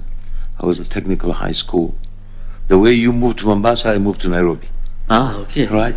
Now, before I start my conversation with you, Bwana Munyidhia, I just wanted to make a clarification. You just stated that there was a program called Mombasa Sikinya. Yeah. I thought it was Pwani Sikinya. Pwani Sikinya, yes, yes. Thank you. Yes. Yeah, because it was not only Mombasa, yeah? Right. I even heard you talking about what you think about the procurements. It should be done well in advance for the material to be used in the elections. Correct. Right. Now, in fact, that was one of my conversation with you on how this can be rectified. It's come over and over and over and over, right? Now, of course, it's been in the public domain on the lucrative business from IBC, especially nearer the elections, right? Ballot papers, technology, and other electoral materials. You know, the IBC has yesterday advertised the material will be required, or the service will be required for 2022. And of course, my interpretation is the rally has started. I'm not talking about the safari rally. I'm sure you know what I'm talking about, yeah? Now, we have learned during this interaction with the various stakeholders, and it's been pointed out that the election cost in Kenya is anything between $8 to $12. Somebody says it is between $1 to $25, where in Rwanda is $1 and US is $1, right? I'm sure we all know it's a hidden secret that it is internal interest and maybe external interest. Now, my question to you is, if you become the commissioner or one of the commissioners, how would you handle the situation in order to reduce the cost of the elections? Okay, thank you very much. I do agree with you that procurement is a key thing, and preparing materials is part of the cycle of preparation for elections. And as a commissioner, the best thing that I would propose to the commission is that even as they craft the procurement rules and the regulation and they prepare this, they must have a proper election plan. When do they want to get these materials, and at what cost? Do you want to go to the highest bidder or the lowest bidder, or do you get quality goods for Kenyans? And that will be going for the best price that will be able to provide here. And more so, particularly, you have seen that most of the materials are secured out of this country. You'll get UK, you'll get Dubai and all that. And I'm sure that might inflate the price. Can we have homemade-based solution to procure materials locally? That will be cheap too. Can we ensure, because another cost of procurement is the disputes that come. You'll find what we call vendor wars, suppliers going to the PPDD, going up to the ICO to challenge the process of procurement. Can we be able to have a tentative dispute resolution when that comes? Because that will also reduce the cost. Yes, but before we let it go there, if things are done properly, maybe the cost of litigations and that might not come. However, how many methods are you aware where normally is being used for procurement, especially in the government institutions and the government ministries? From my experience, from where I worked, is that we have the open tender, which is advertised to everyone, which is public. Then we can also have government to government, where an agency is applying direct. And then we can also have what we call direct sourcing, especially when something must be done urgently. Okay. You done? Yes. There's another one, restricted. Oh, yeah, where some people identified in the same trade or in the same manufacturing. Specific trade. You call restricted. Technical, restricted tender. Restricted, right? Yes. Now, in your opinion, or generally, what globally, what are the 7 fundamental public procurement principles? What are the 7 fundamental public procurement principles One, there must be transparency in whatever is being done, and you must be able to get the best price for the goods and services that you're procuring for. And all bidders must be given equality when it comes to tendering. That's very important. How many are those? There should not be How conflict many of come interest. There's about 3. 3, okay. Yes. Conflict of interest, if there is, you're sitting as a member of the board, you must disclose, and you must never participate in that. In terms of institutions, there must always be a tender committee, and the CEO of an organization becomes the accounting officer for purposes of that procurement, so that if anything goes wrong, then there's an issue can be solved. Then there must be a dispute resolution mechanism. When bids have come, what time are they opened? How do people access that? And the results are communicated in an open manner. Okay. Maybe to shorten then for our conversation purposes, it's transparency, which you got it, integrity, right? Economy, that is value for money, right? Openness, right? Fairness, competition, and accountability. And if you happen to be one of the commissioners, I'll send you my legal advice fees. Thank you very much. For now, all right? Thank you. Now, again, Bwana Munyidhia, what could have been a problem here? What we say, maybe the internal checks are not in place, right? Globally, the existence of internal audit committee is recognized internationally, right? As an important feature of good corporate governance and required by the Public Finance Management Act 2012. Please advise this panel who appoints this committee. Thank you very much. The internal audit and risk committee is normally a committee appointed by the board to oversight the process of management of funds. And that committee will be responsible to guide and give policy and strategic directions on the key risks when it comes to management of funds. And as I have said, when it comes, for example, in procurement, you'll find that the CEO of the organization becomes the accounting officer. And the role of the board would then be only to receive a report from the finance committee and to note how funds have come, how they have been spent, and ask the query, so that the board itself doesn't descend down to the issues of operation when it comes. Mr. Munyidhia, the internal committee board, the CEO will never be part of that because he is in charge of the management. Supposed to be oversight. Yes, you're very right. The board, internal audit committee is a committee of the board. Yeah. And in many occasions there will be 2 or 3, and that board has the mandate to co-opt any other member, including out and inside. Now, I'm sure IBC could be, or I don't know whether they do have one, and many of these parastatal, because it's mandatory according to the Financial Act. Then what is going wrong, in your opinion?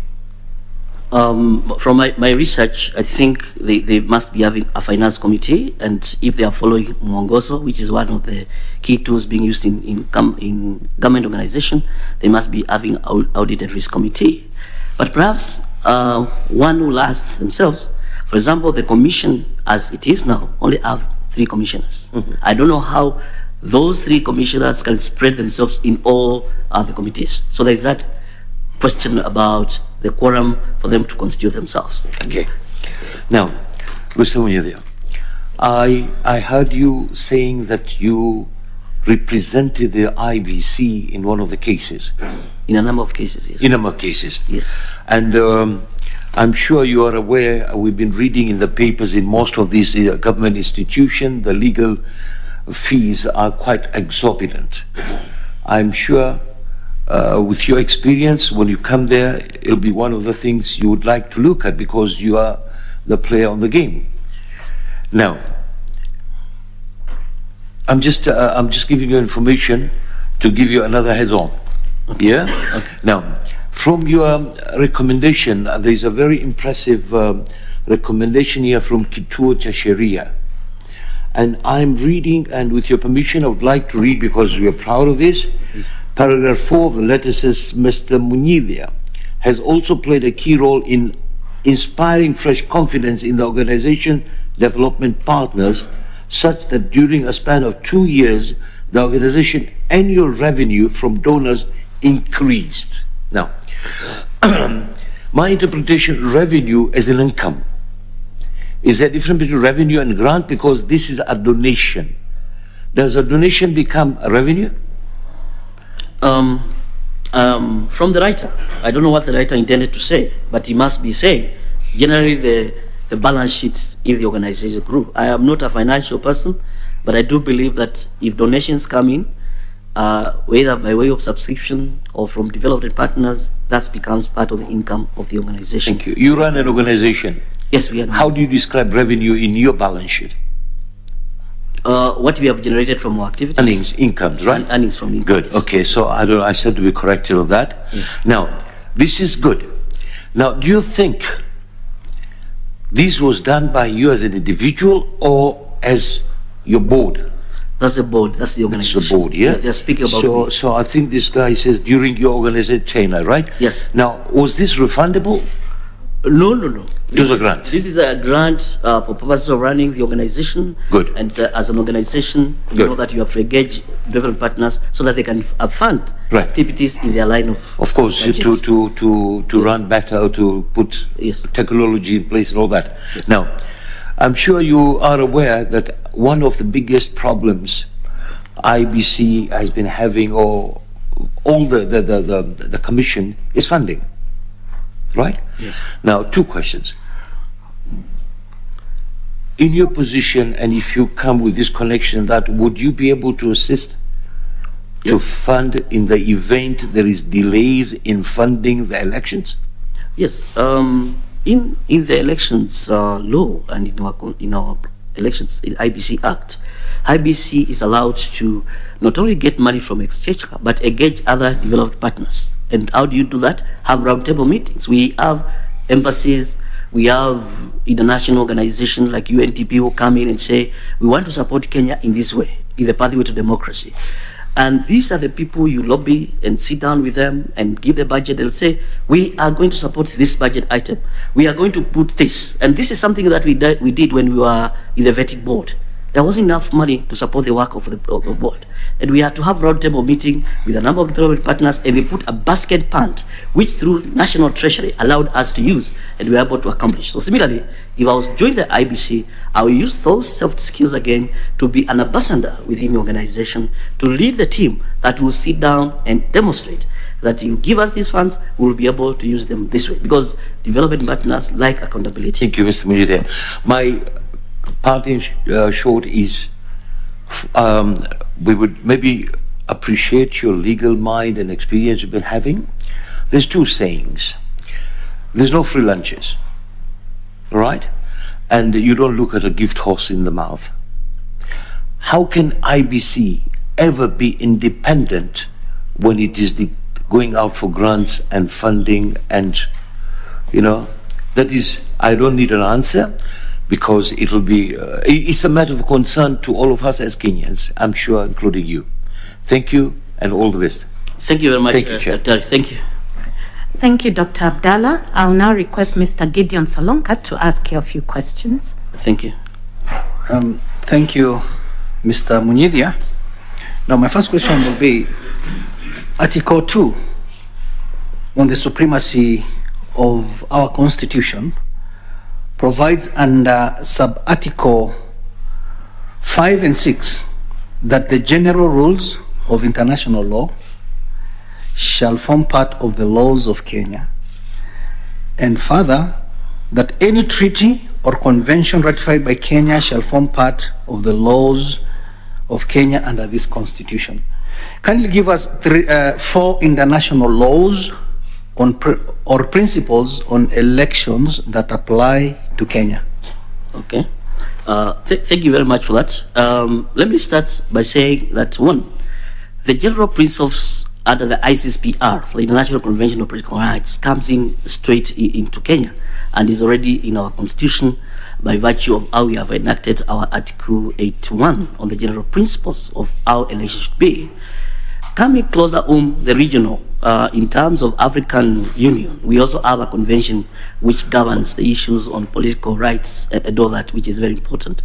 Freedom of association, again covered in the same convention, which is key to the management of elections. Again, the independence of electoral bodies covered again under the convention for purposes of guaranteeing free and fair elections. Then finally, when it comes to dispute resolutions again, we have WHO conventions on how tribunals and courts operate to try and deal with disputes that come as a result of elections in this country. Of course, guaranteeing the sovereignty of this country. Okay, thank you. Are you aware of the United Nations Declaration on Human Rights? That's the first one, the UNGR, and that's where everything flows from. Okay. International Convention on Political and Civil Rights? SSPR, yes. International Convention on Elimination of All Forms of Racial Discrimination? Yes, it's in our Article 27 now. Okay. And what about the Convention on the Rights of Persons with Disabilities? It's also there. Okay. Now, let's move on. You talked of prisoners voting, yes, in Kenya. So when did prisoners vote in Kenya in our history? In the 2010 referendum, when we are getting the new constitution, through the High Court decision that Kituo went to court, that was the first time we got the prisoners coming. And in 2013, in the first presidential election in the new constitution, the prisoners were registered and were able to exercise their right to vote. Okay, now the constitution disqualifies two categories of persons from registration, yes, as voters at elections or referenda. Yes. Who are these persons? If you are found to be a person of unsound mind, if you have been found to be bankrupt, and even if you have been convicted of an election offense, be disqualified from participating. Okay. Now, are you aware of the decision that made it possible for prisoners to vote? I may not pick it of it, but I'm aware it's the famous decision by the then CEO of Kituo, Chesheria, who later became now Member of Parliament. Yes. And now she's a member of the National Commission on Gender, Priscilla Nyukabi, yep, and others. That's the case. Okay. Thank you. What is a campaign period? Well, for purposes of our elections, we normally declare a window when political parties have finished their nominations within a period of 90 days, then 21 days to the elections. People are allowed now to come and cross the country, canvassing for votes, convincing voters to be able to vote for them, and then 48 hours to the poll day, that period is closed. Okay, having that in your mind, is campaigning in places of worship or during burial ceremonies allowed? Well, in this country, we have seen people take advantage of that. It has been spoken against it in terms of respect for freedom of worship. Do we have a law? Not yet. Not yet. We don't have a law barring that. So people still speak. You sure of that? Yeah, I'm sure of that. I'm not aware of any law that bars people. You may need to look at the Electoral Code of Conduct. Okay. In the second schedule to the Elections Act. Okay. Yeah, paragraph 6D.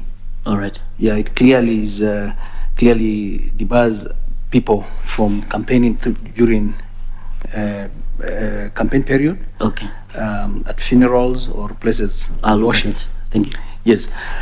Now, I want you to tell us. Okay, just a simple question. When did Kenya become a one-party state? In 1982, after the past coup, when the constitution was amended. 1982. After 1982, yes. And when were the Mlolongo elections held in Kenya? 1988. Okay. Why is secret ballot voting important? It's part of the key principles in elections that no one should be able to know the choice I've made.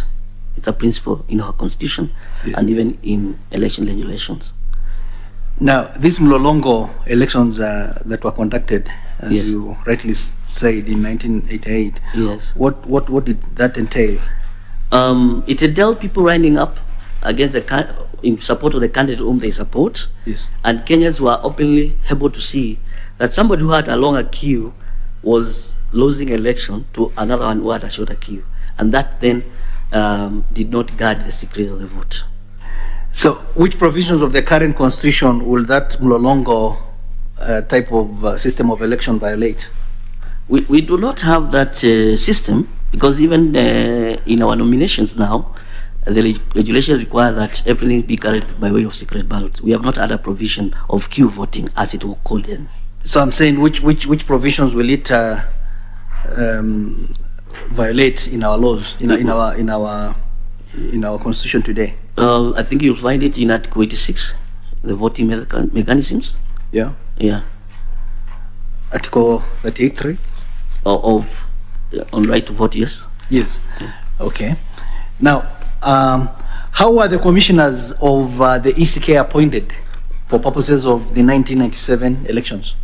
We had, and you may recollect this, we had just left the university, we had the IPPG. Yes. There was a negotiated package where political parties came together through a parliamentary initiative and nominated persons to join the Electoral Commission and expand it. From being a lean commission of around 9 members, it became 22. Each political party was represented in that commission. Okay. Yes.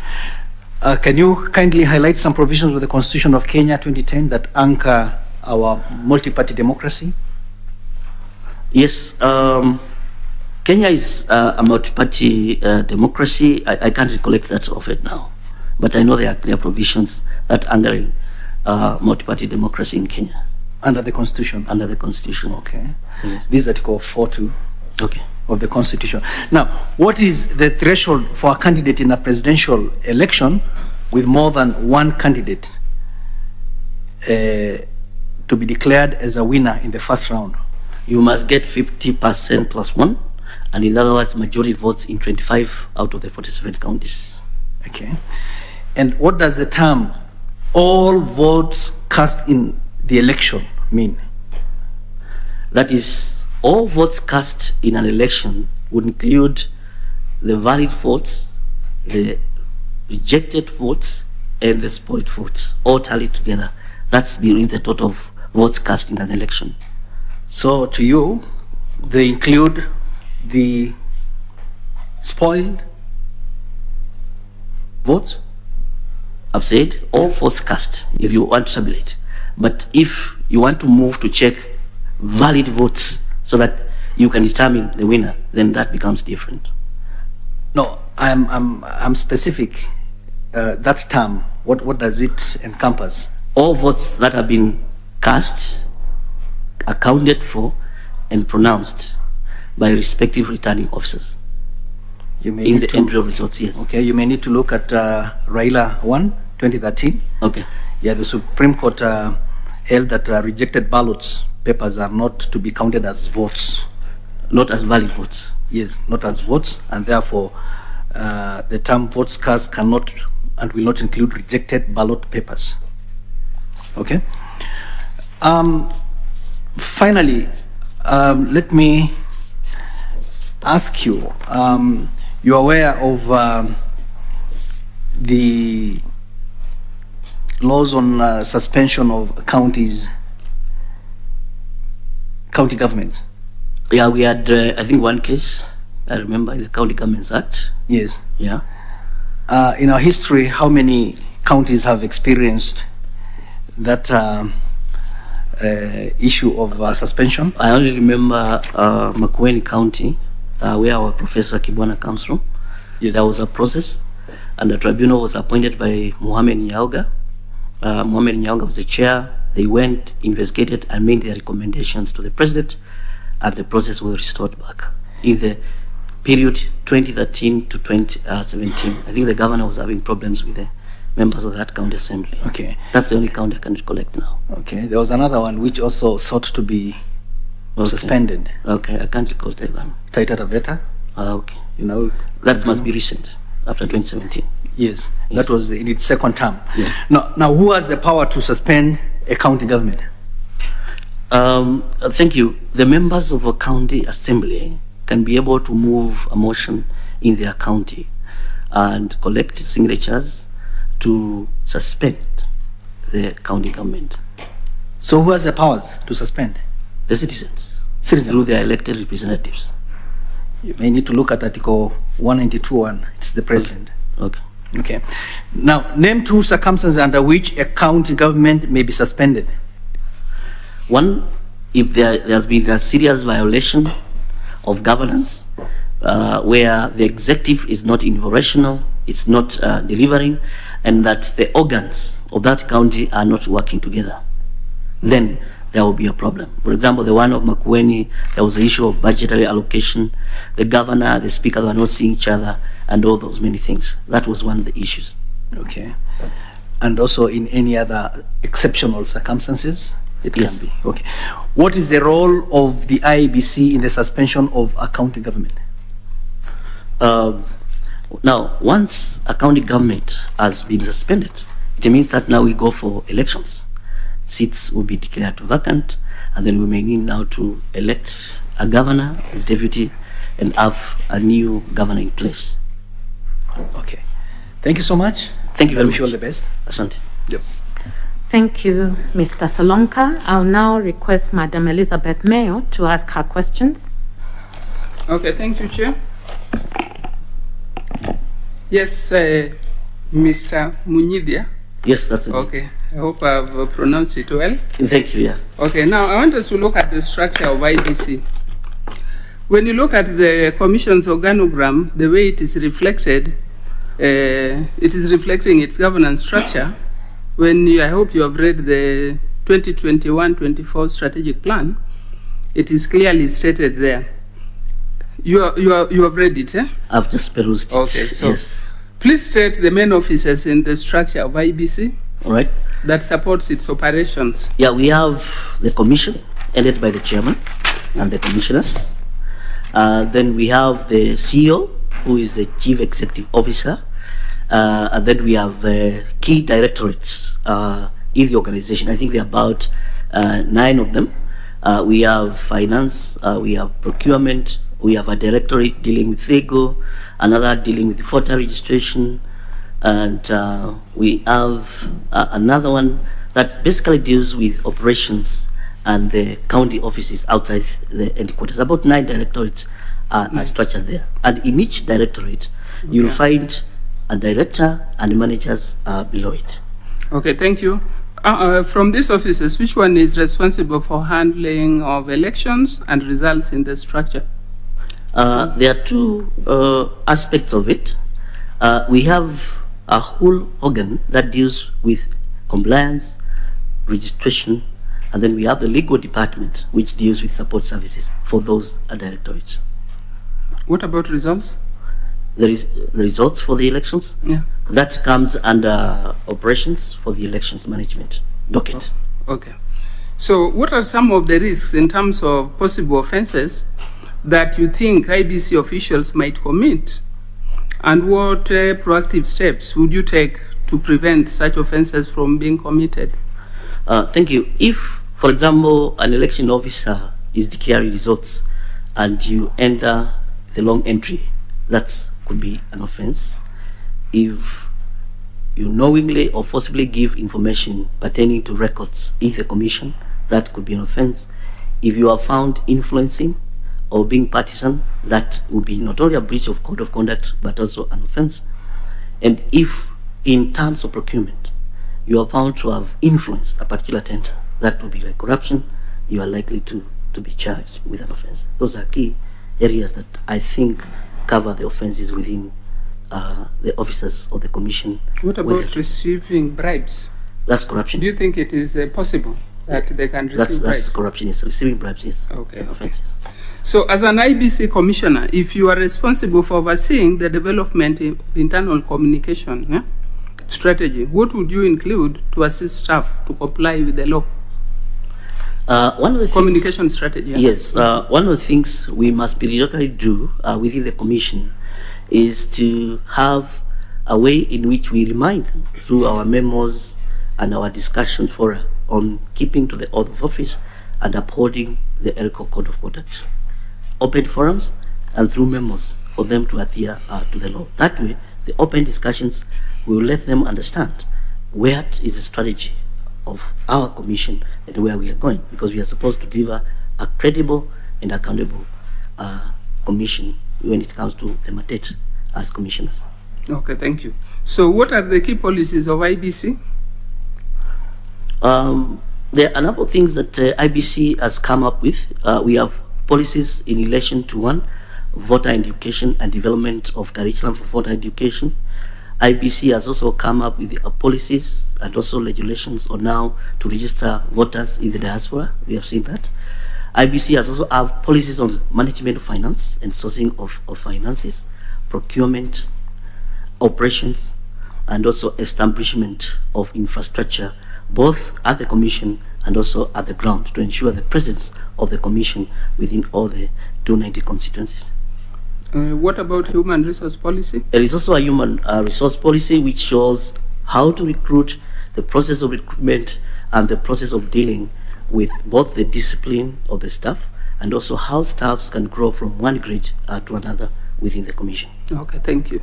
So in your view, what do you understand by staff appraisal? This is a process in which staff are given targets annually, and those targets are periodically appraised before a staff can move to the next level. So you'll see it with the end of a department, they will appraise you, and of course the chain will go up until the CEO is appraised by the board. Okay. In case there is you are through? On the key targets that they set in the beginning of the year to achieve. Okay, thank you, Justice. Where there is where the court has found the commission has committed irregularities, yeah? Maybe somebody has taken IBC to court and the court has found that the commission has committed irregularities through the actions of their staff.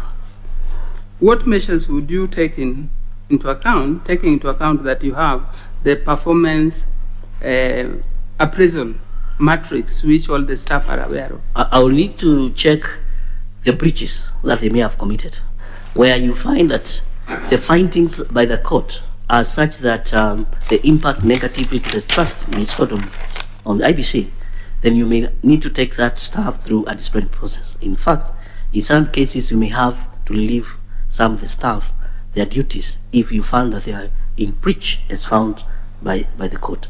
No person should be condemned and had. You must have a fair administrative action taken on those staff.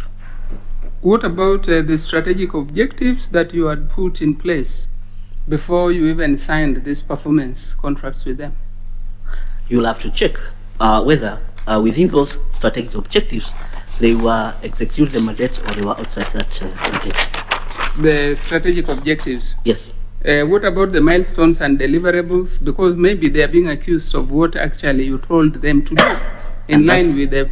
And that's where we'll come to what we call fair administrative action, give the member of staff an opportunity to explain themselves despite the findings by the court. Okay, thank you. So in terms of risk management, risk is one thing that, if not well managed, can bring an institution down. I hope you agree with me on that. I agree with you. Okay. So the Treasury requires that all public institutions should develop and implement a risk management framework as part of a wider public sector financial management reform initiatives. Yeah? The Commission has complied with this. When you look at this document, the strategic plan, you'll find that they have actually complied with that, and they have identified various risks that can hinder them from achieving the implementation of this strategic plan. Kindly tell us, what are some of the operational risks that they have identified? From my research, I saw that IBC has identified one, political risks. Things can change, and one day you are told, we don't want these commissioners, law is changed, you're going. 2, change of laws towards the last point of election. Laws are amended, you are supposed to implement, elections are coming next week. What do you do? And we saw that in the run-up to the second presidential election when it was nullified. Then financial risks. The Treasury is supposed to allocate. In fact, the law requires that we must have a IBC fund, direct budget. So the resources are never allocated on time, or even when they come, some of activities which needed to be carried may not have been carried. That becomes a question that needs to be checked. Again, you find that in many cases, when an organization is operating, you don't operate in a vacuum. You could have pandemic, like now we have COVID-19, that's when you increase the budget, or now you put protocols to carry out elections, right? Restrictions, or now you can access funding. You may remember at one time, IBC got a letter that you cannot engage development partners to fund you. Now, when that happens, how do you manage? Those are some of the risks that I saw identified by IBC in terms of their operations. Maybe there are others. So, just as if you are appointed, how would you mitigate some of these operational risks? From my experience, what I learned working in public organization is that you must communicate. Well, those are the interviews for IBC commissioners taking place at the Kenyatta International Convention Center. The conclusion date is expected to be around the 22nd of this month, and 36 candidates expected to face the panel. And it's going to be a Herculean task, definitely deciding who amongst the 36 candidates is best suited to represent or to become a commissioner with the IEBC. It's been very interesting. I mean, a lot of questions, coming through from the panelists. They're asking about, election integrity around elections, as well as, embracing technology and ensuring that next year's election is delivered without hitches. So far, I know you've been listening keenly to these interviews. What conclusions do you make? The conclusions I make is that at least there are steps towards putting in place the infrastructure for the election. The quality of the infrastructure is a story for another day, but it's a pity that 1 year, close to 1 year into polling in 2022, the IEBC is still not in place. Because you can imagine out of the ongoing recruitment, because the law requires that the IEBC must be intact and in place 1 year before the election. You can imagine whatever decision is made by this select committee, if the appointments are challenged before a court of law, it then means that we will not be having an IEBC envisaged in the law within the required time prescribed by law.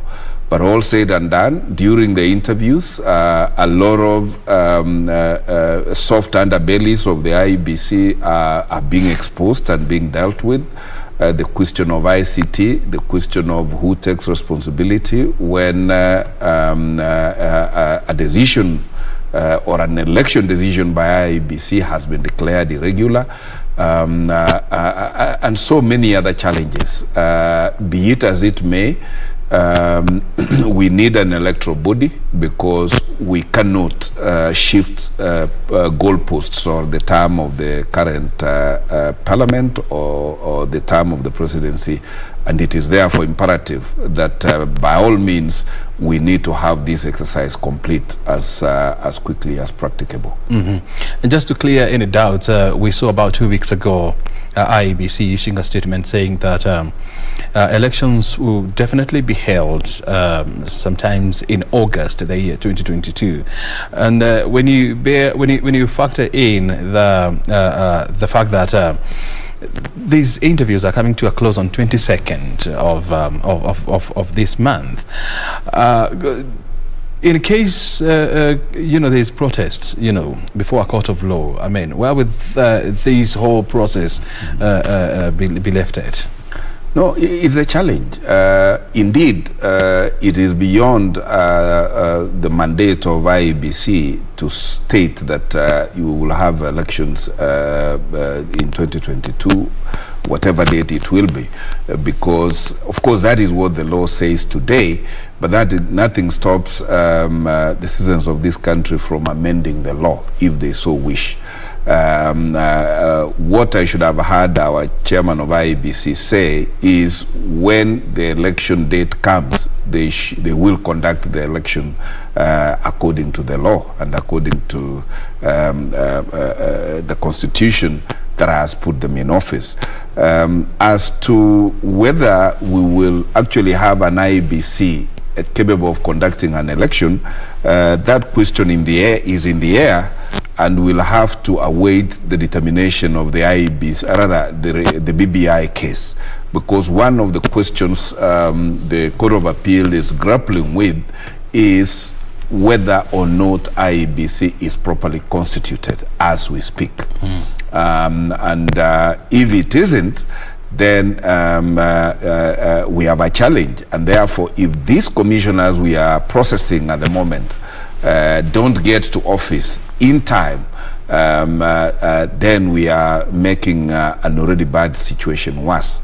But as Kenya is usually a very resilient country that is capable to overcome whatever challenges socio-political and economic there is, and we are a serious species of humanity that we are always equal to the challenges that come across us. And when the IEBC issued that statement that elections will go ahead as planned on the 9th of August 2022, a lot of questions started swirling around as to whether as a country we are well prepared to even start talking about the election on the 9th of August 2022. There are a number of issues that are still pending. We do not have it is not legally constituted as demanded by law. The issue of technology, ICT adoption at IEBC is still is still a question that needs to be addressed. Why do you think the IEBC was quick to issue that date? Well, it is about being relevant and being visible. Because if you asked me, while IEBC is saying yes, there will be an election next year, the same IEBC has made steps towards procuring referendum material. Of course, yes, it is out of abundance of caution, just in case we will have to go through a referendum. Then how do you, same IEBC, say we will carry out an election next year, and you are floating procurement or tenders on referendum material? And how can you say we will have an election next year before we get a determination on the BBI case? In the event the BBI case allowed a referendum, then there are other questions we have got to deal with arising out of that decision. And I dare repeat that the IEBC should sit in place and wait for Kenyans to tell them when there will be an election. Of course, for now, it is the second Tuesday of August in 2022. Other things remaining constant, that is what it is, and perhaps that is what IEBC was speaking to. But as I said, Kenya is a country capable of anything, and therefore it is not election time until it is election time.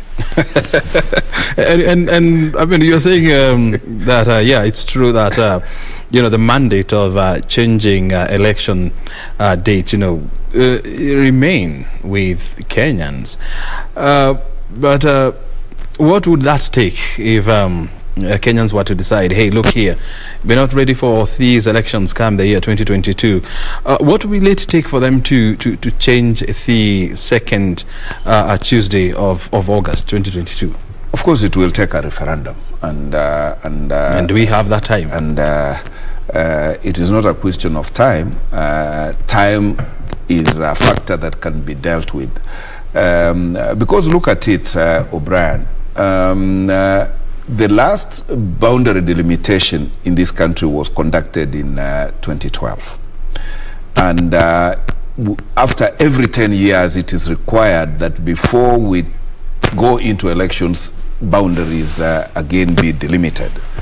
IEBC has not even started thinking about delimiting of boundaries, and therefore I do not know when they say we will have an election next year, it means election using what electoral units, because they are required by law to have conducted a boundary review, which they have not started, which, if you ask me, alone is enough to derail the election, because you can't conduct an election unless we are agreed on what are the electoral units that are going to be in place. And one of the items in the BBI appeal case question is there were to be additional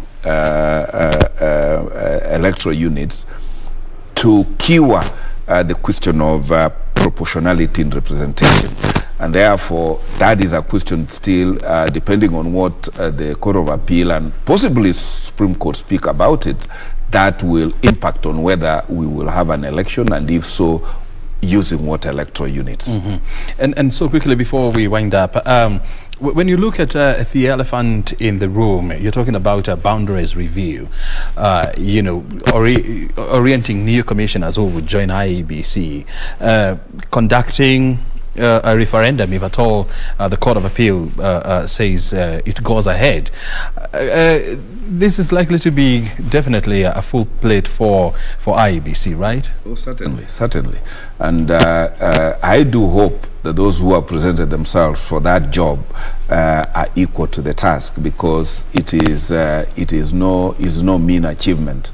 It is a challenge that requires people with very thick skins. And what you're actually seeing on your screen, the voting exercise that is currently ongoing, that is Mugoga ward, where the locals there are voting to get a new MCA following the death of their former MCA. And of course, the whole morning we have been at the various polling stations in Kiambaa constituency, where a tough duel is currently underway between UDA and Jubilee Party.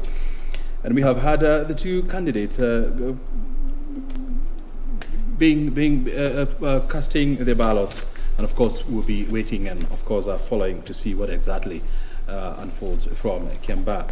So we are still continuing with our discussions here around the preparedness of IEBC in conducting the 2022 elections. But as we come to the end, you are talking about the three elephants in the room: the boundary reviews, the elections in 2022, and of course the referendum, if at all the Court of Appeal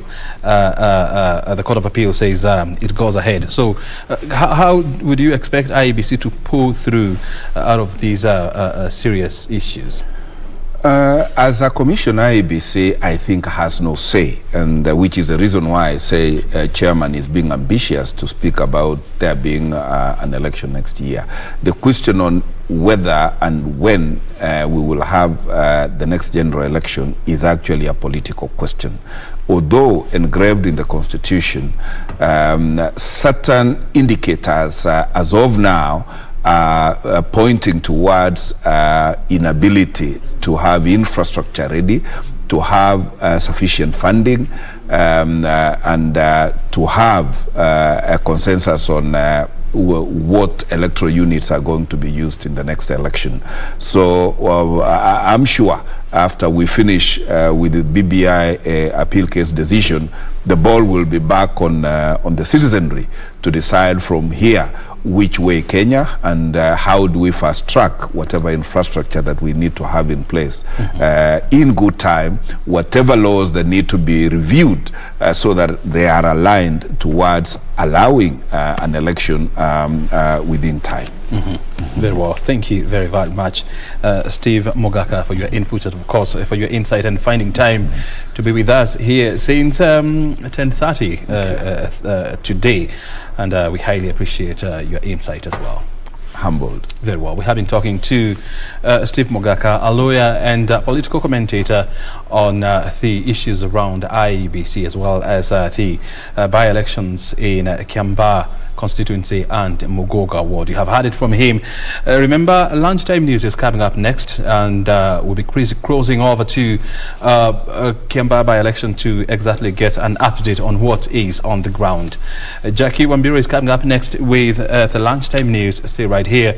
My name is O'Brien Kimani. Thank you.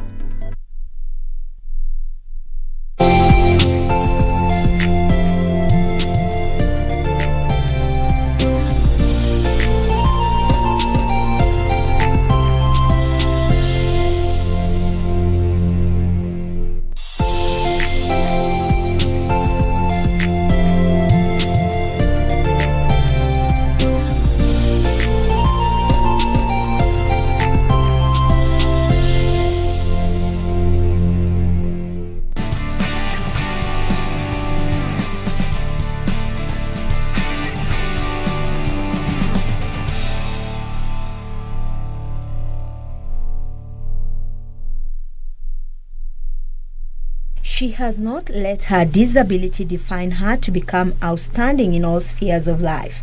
Anne Wafula Strike has defined herself to become an accomplished wheelchair athlete, an author, motivational speaker, and a sporting ambassador. I am a Paralympian, but also I'm an advocate and a champion for disability rights and inclusions. And I'm also the founder of the Olympia Wafula Foundation, which is it's actually a